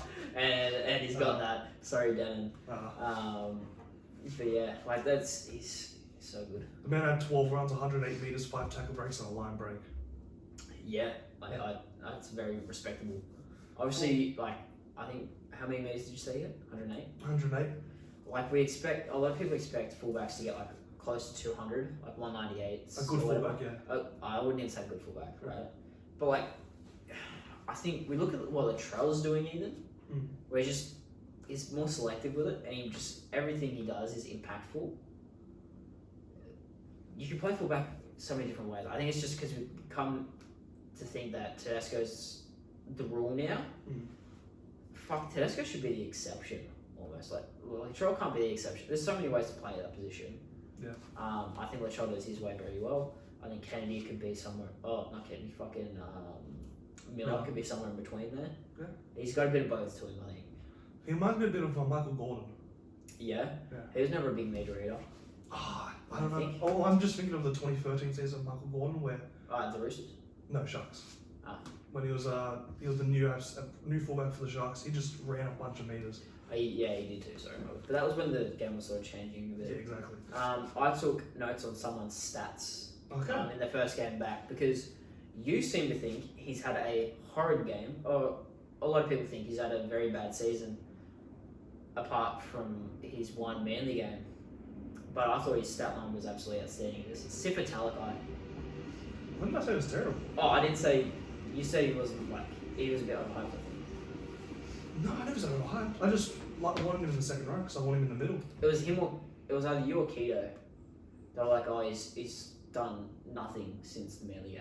Maybe I don't know. I think you've said he's done nothing since. Yeah, maybe, but that's probably because I was used to. So I think he's good. I think he's a center. He's good. Yeah, but I worded that poorly. I think I'm pretty sure you said he's done nothing since. Yeah, if that's so, I just didn't quite grip what he should be. He doesn't break open a game. Fuck, this guy could, from this stat line, you think he has 206 meters, 86 post contact, 7 tackle breaks, 1 line break assist, 8 tackles. Yeah. That's all. Yeah. And it definitely seemed like you guys had the ball more often. A bit less, but yeah.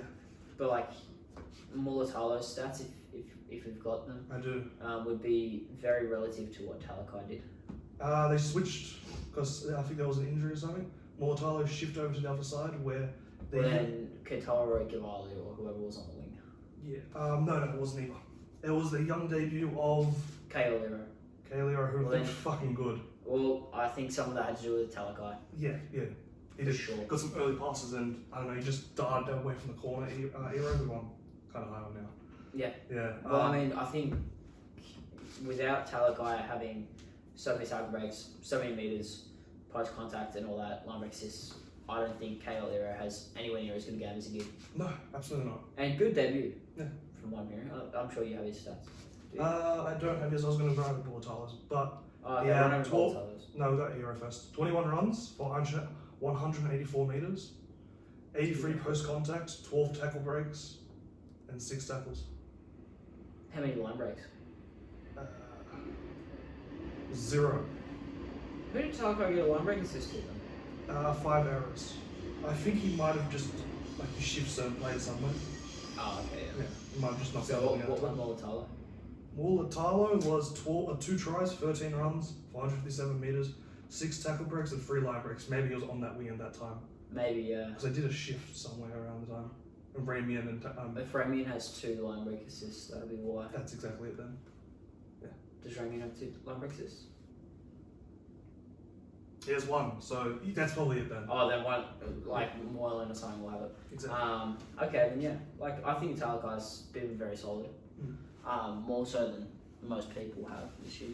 Yeah. I put him up there as one of the better ones. Oh, so right. Yeah. Maybe I'm just how I've presented it. Usually you're harsh on your players, which Exactly. is bad. It's not bad. We'll move on to the next one because you didn't take notes. This is the one game I trust you to go really in depth on, Liam. I'm disappointed. What do you want me to say? Nico Hines is the Dalian medalist. There you go. Well, after the way Ben Hunt played on the weekend, I would not be surprised. The Bunnies, 20, Cowboys 10. Very even game, realistically. Yeah. Neither side played at their best. Just 2 sin bins for the Cowboys. Neither team wins a finals game with the way they played, realistically. I don't have much to say about it, to be honest. I don't have much to say about any of the games remaining, to be fair. Similar stats with possession-wise, with 52 to 47 Souths way. Both had 71% completion, 20 missed tackles for Souths, 25 for Cowboys. You've seen the Cohen House knocked himself out thing? I did not. He goes for a tackle and he kind of does what Dale Finucane did, and he knocked himself out. I think it was against Campbell Graham. Campbell Graham went down, he came back 5 minutes later without a HIA test. Oh shit. Yeah. It's only gone for a week, so he will be back for the Sharks games. Oh, for Cowboy Sharks? Yeah, we're back for the finals, which... Ignore me, keep going. Yeah, we'll be back for the Sharks game, which is bullshit if Finucane's missing one game without actual collision. Yeah. Keep fucking going though. I'm kind of Hold up. preoccupied. I'll get some stats up. Thank you. Alright. We're Gucci. Latrell ran for 175 metres and 19 runs. Nice. 5 tackle breaks, 2 line break assists, 2 offloads, and 1 tackle. That is probably like the most productive, like stat wise, you'll see Latrell. Yeah. Like, I mean, he does a lot more, but like, holy shit. Yeah. The thing is, like, a lot of stats, like, he reaps those rewards from Walker and Murray's work inside. Like, they set that up and he just have the back and he just gets that little, like, pass at the end. Like, not to, like, what's the word I'm thinking of? Devalue, thank you. His, like, efforts and what he does, because what Latrell does is insane. Like, but, like, he gets a lot of help at the same time. And Walker gets a lot of help from Latrell. Like, it works both ways. Yeah. Like, they both get a lot of help from Latrell. Yeah, I had Klamatangi as well. I wrote down he's got 154 metres, 48 post contact, 1 try, 1 line break, 1 offload, and 31 tackles. 0 missed. Good on him. Yeah, I think that's... Klamatangi's just really set himself apart in this pack as a leader. As well as Murray, like he's come out of nowhere. Oh, not out of nowhere. We knew he was gonna be good, but he's really stepped up this season. They shipped second rows, didn't they? At the start, like they. I think they swapped, Arrow and him, Yeah, fucking really worked out. It has. He's become so much better, I think. Yeah. Like, I think both these teams have so much better in them, and they're gonna need to pull it out this week for me to really be able to assess where they can go in this finals runs that they've got. If the Bunnies play horribly next week, or this week, sorry, against the Roosters, I'm probably leaning against they're not going to do very well in the finals. It's mostly, I mean, Cook was missing this game. He'll be missing next week, I'm pretty sure. And he's missing this week as well. So we'll be back for the finals. So he does a lot. He's been probably their best player this year. Just counting Latrell because he was out for most of the year. And Cam Murray. And obviously Cam Murray as well. Yeah, fuck, I forgot about him. He's been one of their best players this year. So take out one of your best players in any squad. You're going to struggle unless you're Penrith. Clearly. When they're missing Cleary. But yeah. Excuse me. Should we move on to the Tigers 22, Dragons 24. Keto. Don't know if you'd be happy or upset with that one. Take the 2 points. Take 2 points, but you guys aren't used to it. Fuck, if you're a Dragons fan, you should be very disappointed in that win. That was atrocious. The Tigers had nowhere near. They were nowhere near worthwhile, worthy of being in that game. Yeah. Like, they did not deserve to be close. But that's the Dragons.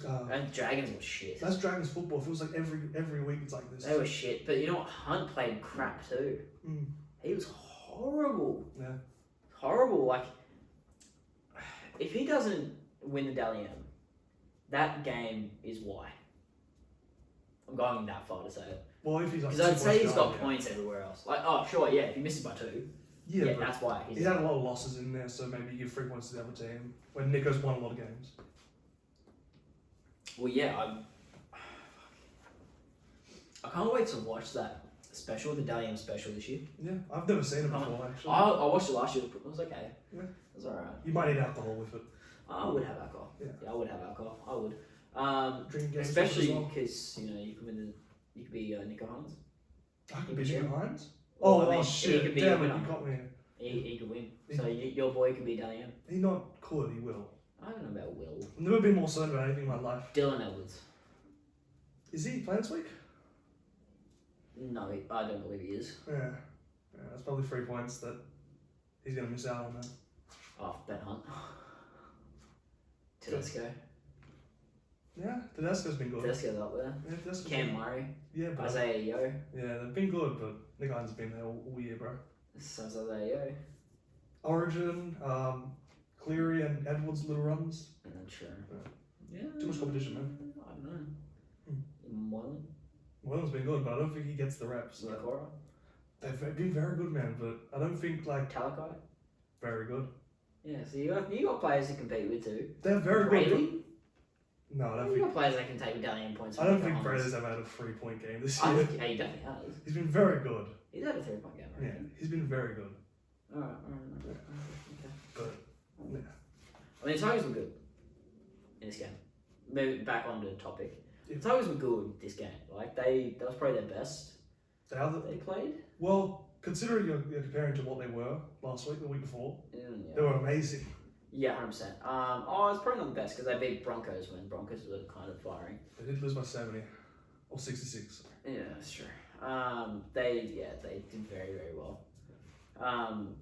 But it's sort of more of a comment on the Tigers and their organisation. Good. Tom Freeborn. Mm. How has he not put, like, I said this to you before, how has he not played first grade before now? Like, how are we only just sort of hearing about him? Well, let's just say he's an edge, because he played edge and he played great on the edge, even Yeah. though he hasn't.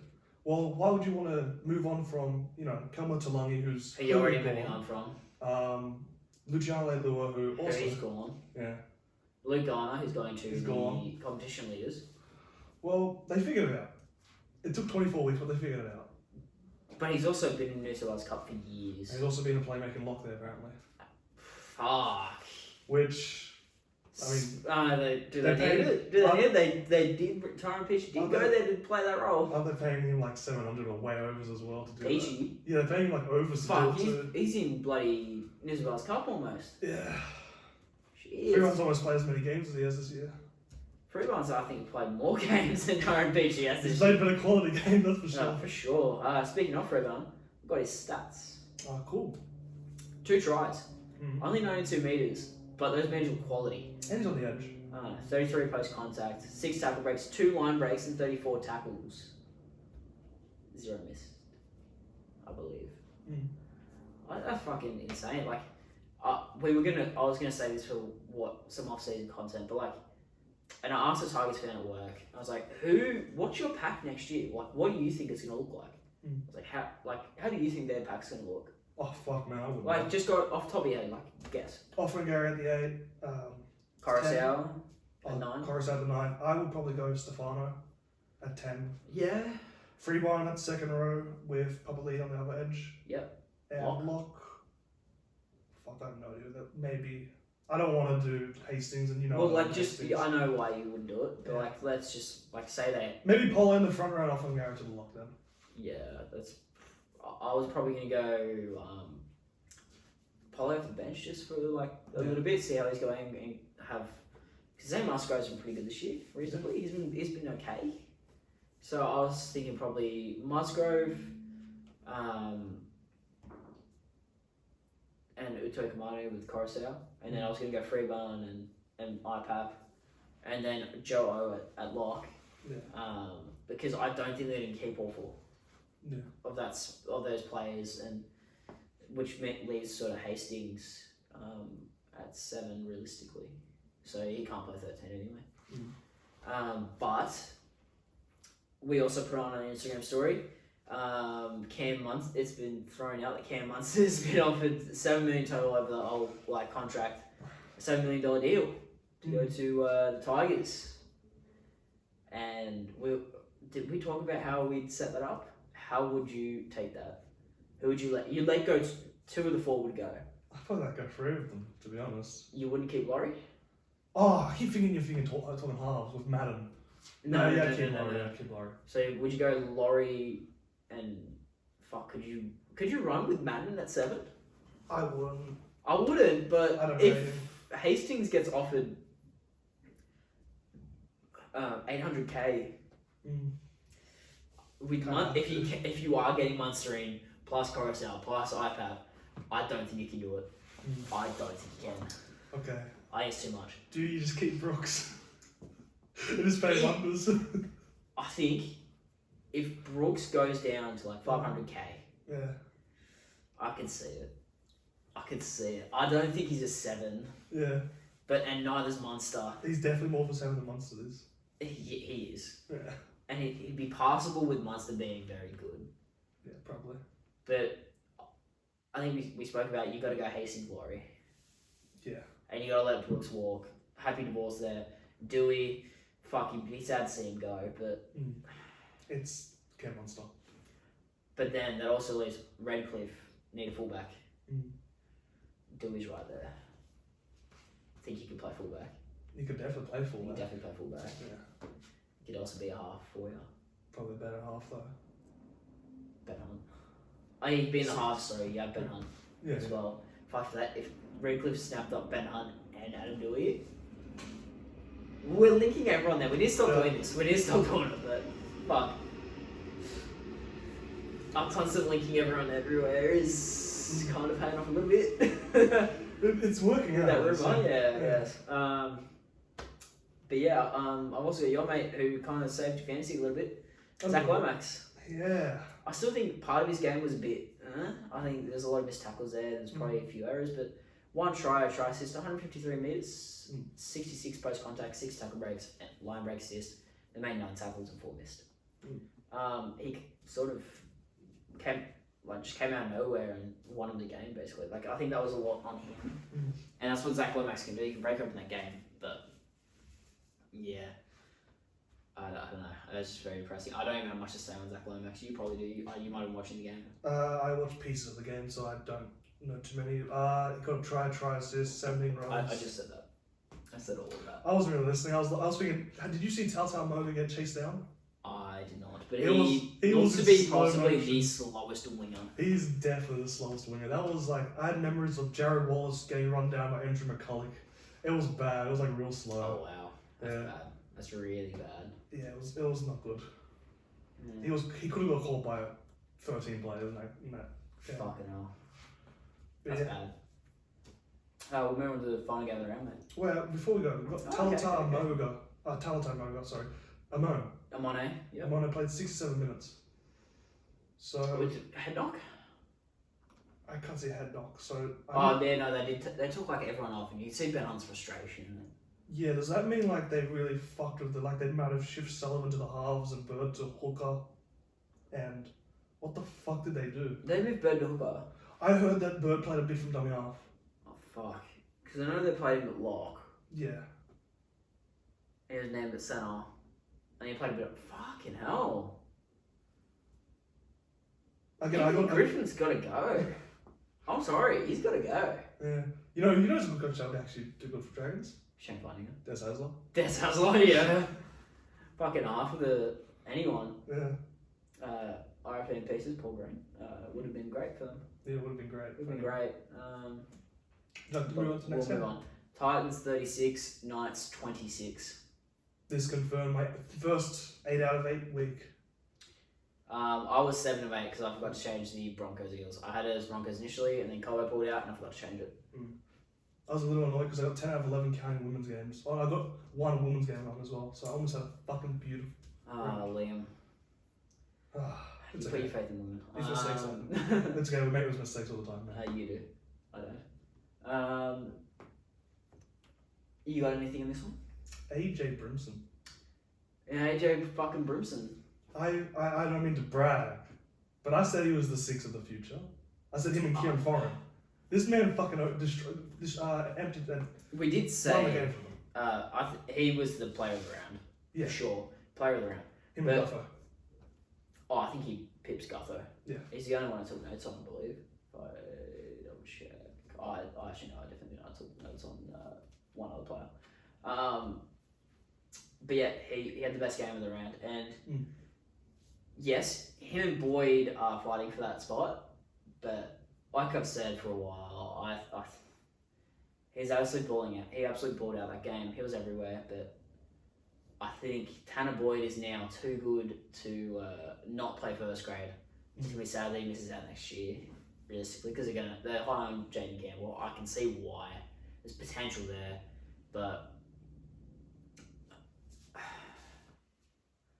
I think the Titans next year, and I'm happy to be wrong on this, are going to get more out of Brimston at fullback, Foran and Boyd and Verrills versus Campbell, Brimston, Foran, Verrills. I really do. I think he has so much more out of it. I think they'll be a better team next year for sure. Oh yeah, they will be 100%. Having that experience can help, but No, what I mean is they'll be a better team if they run Brimston at fullback than 5'8" and then Campbell at fullback, because they're ready. That's a ready main team. Yeah, I don't. Campbell's potential. Yeah, I don't think Campbell. They've got to make that decision of what's going on. I don't think. Yeah, if it's me, I'm letting Campbell go. Yeah. Yeah. Like I said, there's a lot of potential there, but I think you've got two fullbacks there. You've tried to give a shove of Brisbane in 6. He can do it. I don't think. Do you risk Tanner Boyd, who can be really, really good at 7? I think you do. I don't think you can. I can't. Where would you go? Like what team? I think if any team was to pick him up, they'd be very lucky. But he'd need to have another experienced half there. If Hastings was to stay at Tigers, Newcastle or Dragons, I'd say. Yeah.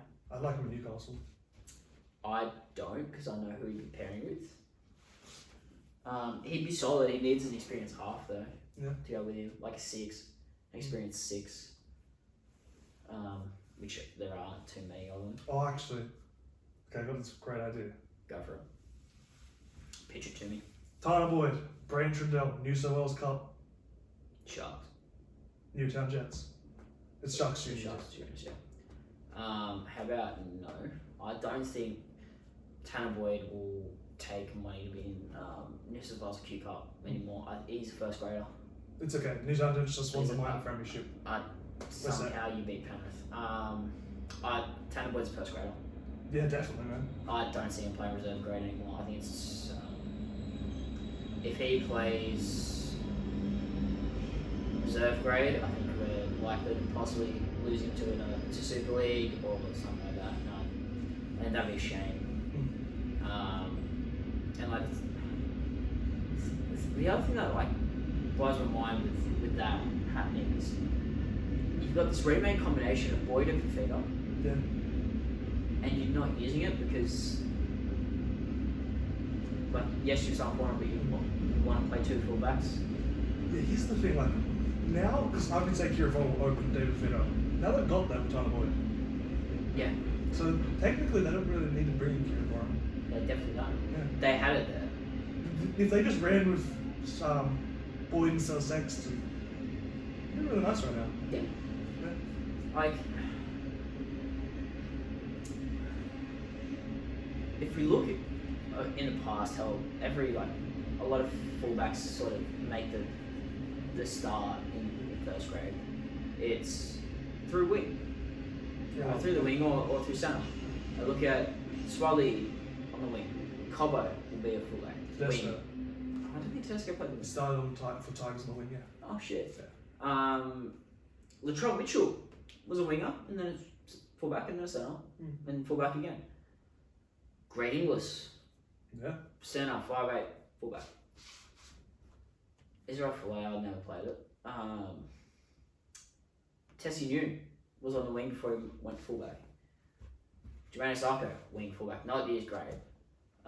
Like quite a few of them do. What I'm probably sort of leaning towards, you need some stability on wings and fullbacks. Do you play Jaden Campbell on the wing for a little bit till he develops a bit more in size and also more so playing ability? I don't know if you run. Becoming more consistent. Jojo Fafita's good on one wing. Yeah, and you need another winger. Even though he played in the centres. I think Greg Marju is the other one, but like... He's got his mistakes in him defensively. I know. But like, I don't see any other way that you fit Brimson, Campbell and Boyd in this squad without losing. I think personally should be either Campbell or Boyd or Brimson. Oh, you Boyd's that high for you? You can get rid of Boyd, but like I think my first option to get rid of is Campbell. I think you want to play Brimson in his position of fullback or instead of 5'8". Yeah. So that's why I put those two, and Boyd stays in his position. I ran this decision by behind the scenes. Behind the scenes. Did we? No. You probably don't remember it. I don't. Brian Kelly will now be missing the first 3 games next season, so they will be without a centre because he got a suspension this game. Right. He'll be missing 4 games, the next 4 games next week, and the first 3 games next week. Brimson in the centres. It's not the best decision, but it's also not the worst. If you're looking at Queensland, could use a centre. For what you're paying him, as a Titan, I'd say no. Yeah. Just off what you're paying him. It's too much. But yeah, we'll move on. Like, we don't have much to say about this game. Like, it was bottom of the table. Like, actually, it was hard to care about this game. It was good to see Khalees Haas play his debut. Yes. Play on the edge. You said you did all right. Yeah. Is he a back rower? He's an edge. Yeah. So back rower. Yeah. Okay. So he's not a prop. He only got 4 runs for 42 metres. Still 15 good. post contact. He looked nice, man. How many minutes did he play? 33. Oh, that's very little. I think it was a lot of yeah, he came in for David Feeder. Oh, okay. Which, I mean, both Fernand and David Feeder, like, you're not going to get a lot of minutes there. But yeah, both Fernand's been very surprising this year. Probably one of the best. I'd say the most consistent player all year. Yeah. Him and Tino. I mean, we'll go on Brimson because we're on a tangent. Brimson's stats were 2 tries, 2 try assists, 137 metres, 5 tackle breaks, 2 line breaks, and 1 line break assist. And then Fernmore was a try, 170 metres, 58 post contact, 3 tackle breaks, 1 line break assist, 2 offloads, and 25 tackles. Yeah. Shit was good. Happy to see Thompson back as well on the wing. Corey Thompson. Yeah, about time. Yeah. About time, man. Should we get into team lists? Team lists? Do you have money phone? You can find it. I can find it. You can find it. I can find it. Get fucked. Alright, opening game of the round besides who gets 4th, which is interesting. Eels take on the Storm at CommBank, which I believe is all for members, so no one can go. Okay. It's a members only one, which sucks. For the Eels came through their win over Brisbane unscathed, of course. So Brad Arthur has the luxury of naming the same 17-man squad for their shot at top 4, and that is with Jake Arthur on the bench, which I spoke to a couple Eels fans, and they weren't fans of it, but you know what, I think he's fine. For Storm, Tom Eisenhuth's season is over after he suffered the syndesmosis injury that has basically ended Lindsay Collins' season as well. Chris Lewis is the new man on the bench. Felice Kofusi returns to the starting side, so Kama Kamisa goes to the bench. Josh King has been named to start at lock, and Brendan Smith is on the interchange. They could swap on game day. I think they should. Brendan Smith brings them so much at 13. I think they're better that way. Yeah. Just quietly, and we also see Munster basically playing fullback, even though he's named at 6. Liam, who have you got in this one? If you need help on tips, the Storm are $1.80. Para are $2. I would tip Melbourne. You? Fuck, it's a tough one. I'm gonna go Para, just because it's at home.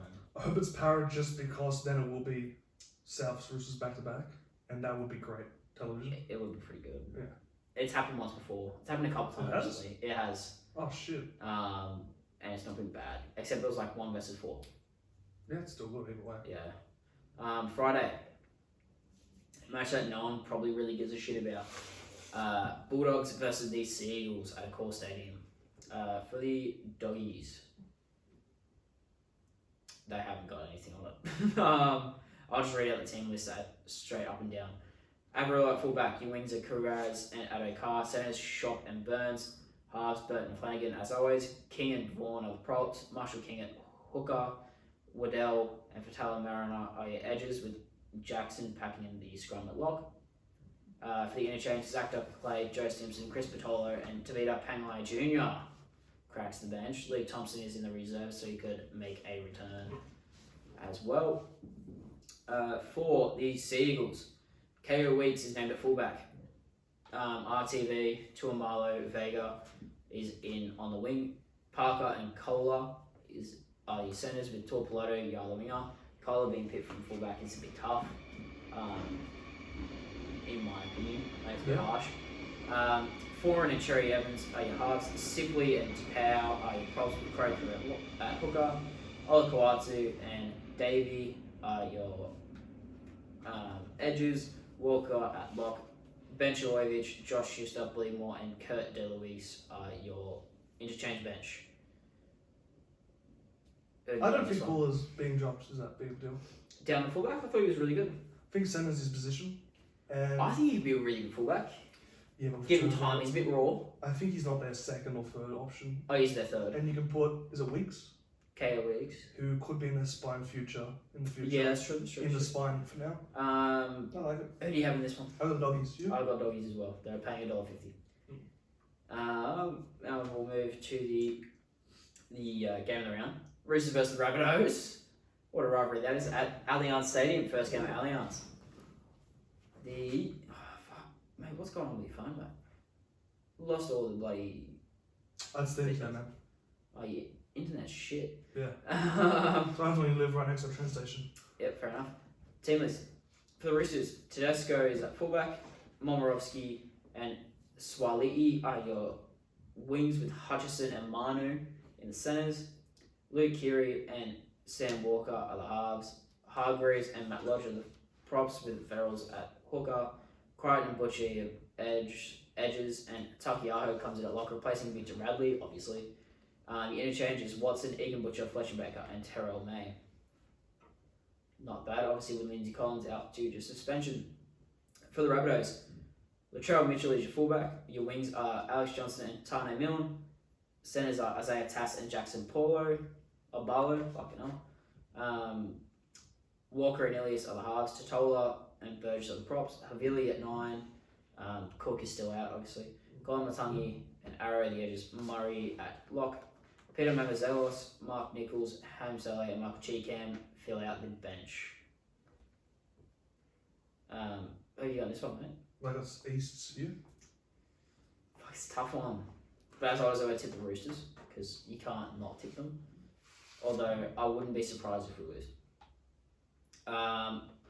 The finale at Mount Smart. The Warriors. Match of the round, man. Oh, it's going to be one of them. It's going to be a good game. Warriors versus the Titans. For the Warriors, I don't even know it's there or not. I'm going to read it again. Reece Walsh is at fullback with Tennis Lesniak and Marcelo Montoya as the wings. Jesse Arthurs and Rocco Berry are the centres. CHT and Sean Johnson are the halves. Still don't get why they're not playing Dayan Arzi. Fanil Blake and Toby Harris are the props, waiting in at 9. Aiken, Curran, and Afar fill out the rest of the forward pack. The bench is Freddie Lussick, Murdoch Misilla, Elisa Katoa, and Tom Ale. Is it Ale or Ale? Tom Ale? Who? Don't worry. For the Titans, Jane Campbell is the fullback with Greg Marju and Corey Thompson on the wings. Joe Jafita and Philip Sami are the centres. Brimson and Tanner Boyd are the halves. Fodder Waker and Tino are your props. Sam McIntyre at 9. Yeah, it's been putting like they've been shifting over to 9 a lot. Where's Aaron Clark, bro? He's been injured for weeks, bro. Oh fuck yeah, you're right. My bad. Fafita, Fermor, and Isaac Liu are the remainder of the forward pack. Paul Turner, Herman Sasa, Jamie Jolliffe, and Cleese Haas fill out the rest of the bench. Who have you got here? I've got the Titans. I've got Warriors. It's gonna be a hell of a matchup. Game Mount Smart, I think they're going to pull out for it. I kind of wish that Tigers won last week just because this would be the matchup for the spoon, more than likely. Ooh. But because now Tigers have confirmed Yeah, it. it's confirmed. Next game, Dragons taking on the Broncos, 10th versus 9th. For the Dragons, Cody Ramsey is fullback, Tyrell Sloan and Tatal Moga are your wings with Matt Feeney and Zach Lomax as your centres. Amone and Hunt are your halves. DeBellin and Blake Laurie are the props with Jaden Sullivan at 9. Josh Maguire, Jaden Stewart and Jack Bird fill out the forward pack. For the bench, it's Tyrell Fulmano, Jaden Hunt, Jackson Ford and Aaron Woods. For the Broncos, should be a couple of changes here, I think. Tamari Martin is your fullback. Corey Oates and Selwyn Cobbo makes his return. Are your wings with Stags and Delius Hoyter as the centres. Tyson Gamble replaces Ezra Mam, and Adam Reynolds is back after his little injury scare. Tom Flegler and Payne Haas are your props. Jake Turbin's your 9. Kirk Capewell, Jordan Reiki, and the returning Pat Carrigan fill out the rest of the forward pack. Thank God they need him. On the bench, Billy Walters, Keenan Palacia, Corey Jensen, and Zach Hosking fill out the bench. Ezra Mam, Tessinu, Corey Pakes are all in the reserves. Sullivan 9, I just don't know what to think about that. I don't know either. They thought he might be the 9. They kind of trained him to be one in the preseason.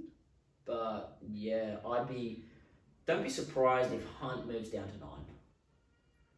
And they test Hopefully, it. Yeah. And they test it for next year. Yeah. Don't be surprised. I wouldn't personally. And if that does happen, I think the Dragons could win it.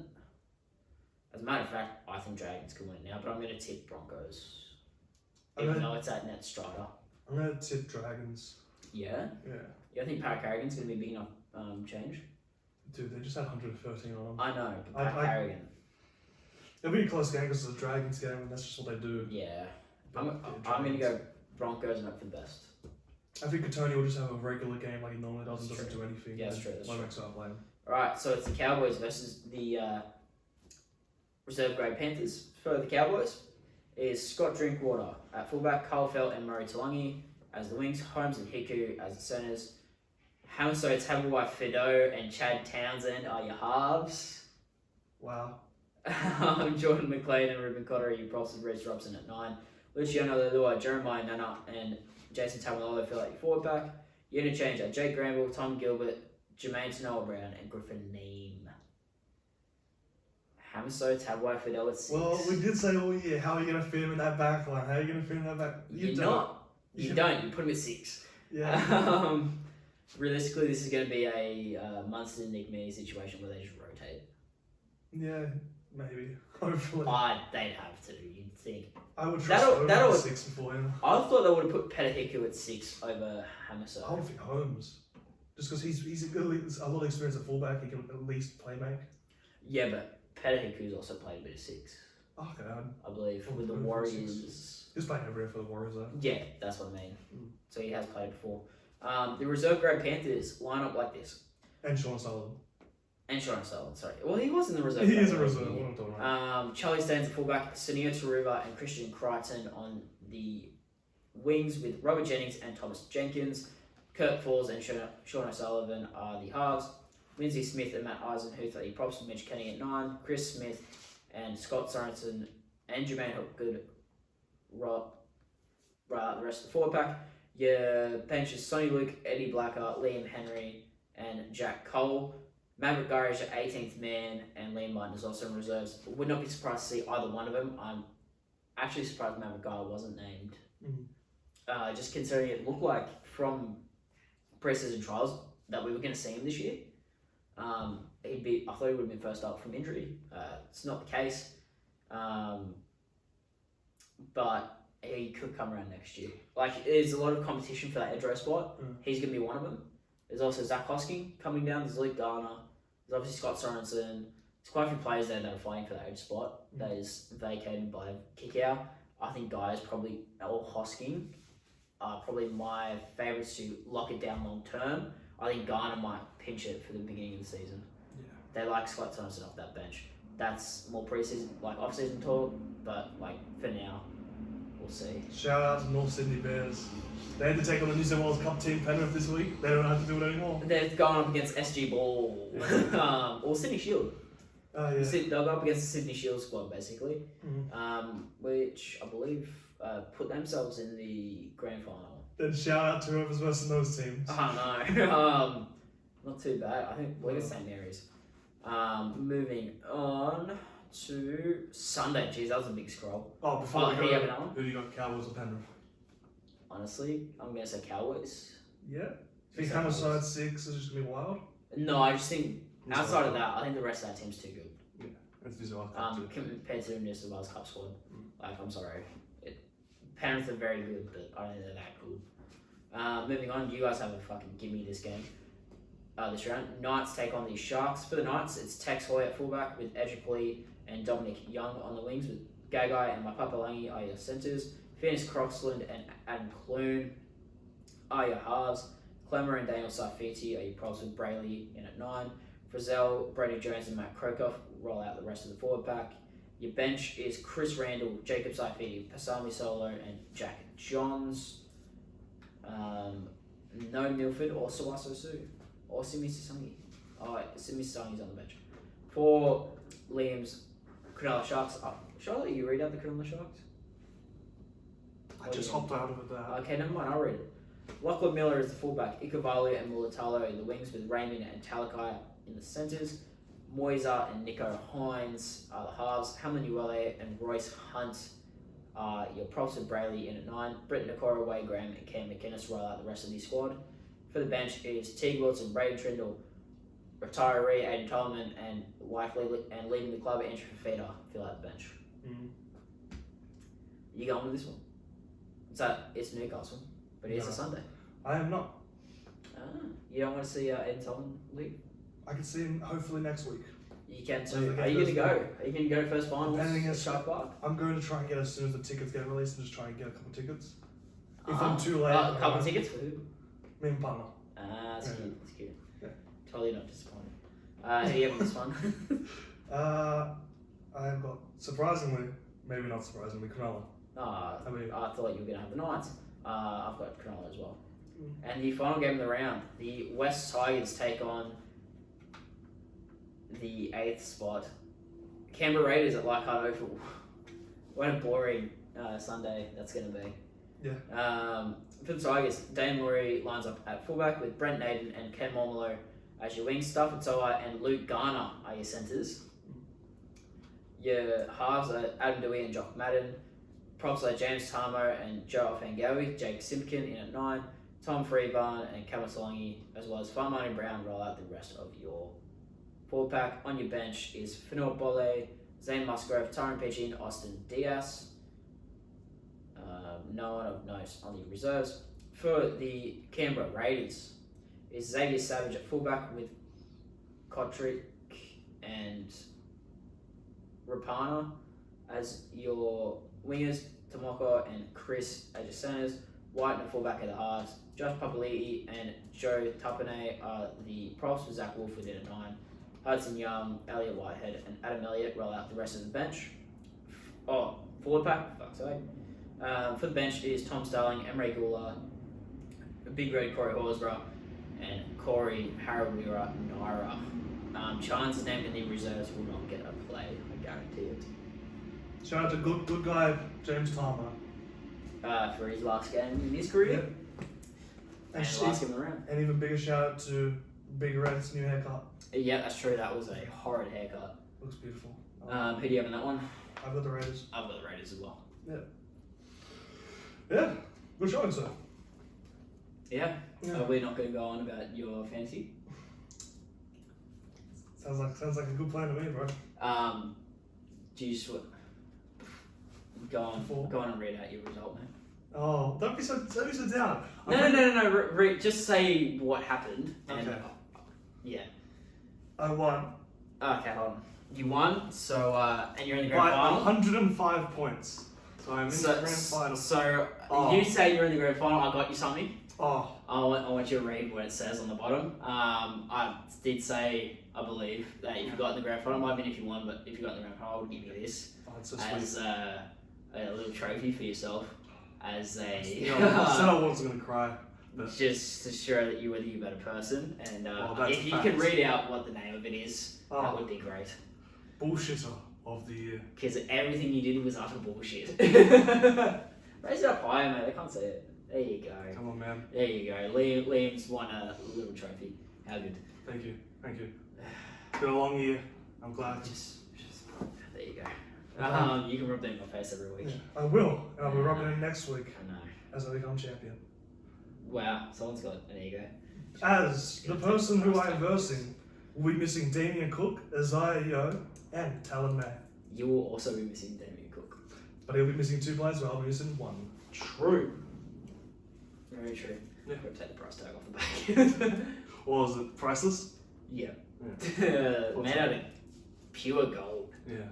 I made it look It looks it. light, but it was heavy as No, fuck. I was struggling. Yeah. Yeah. Alright, go on. Do you know what you predicted to score?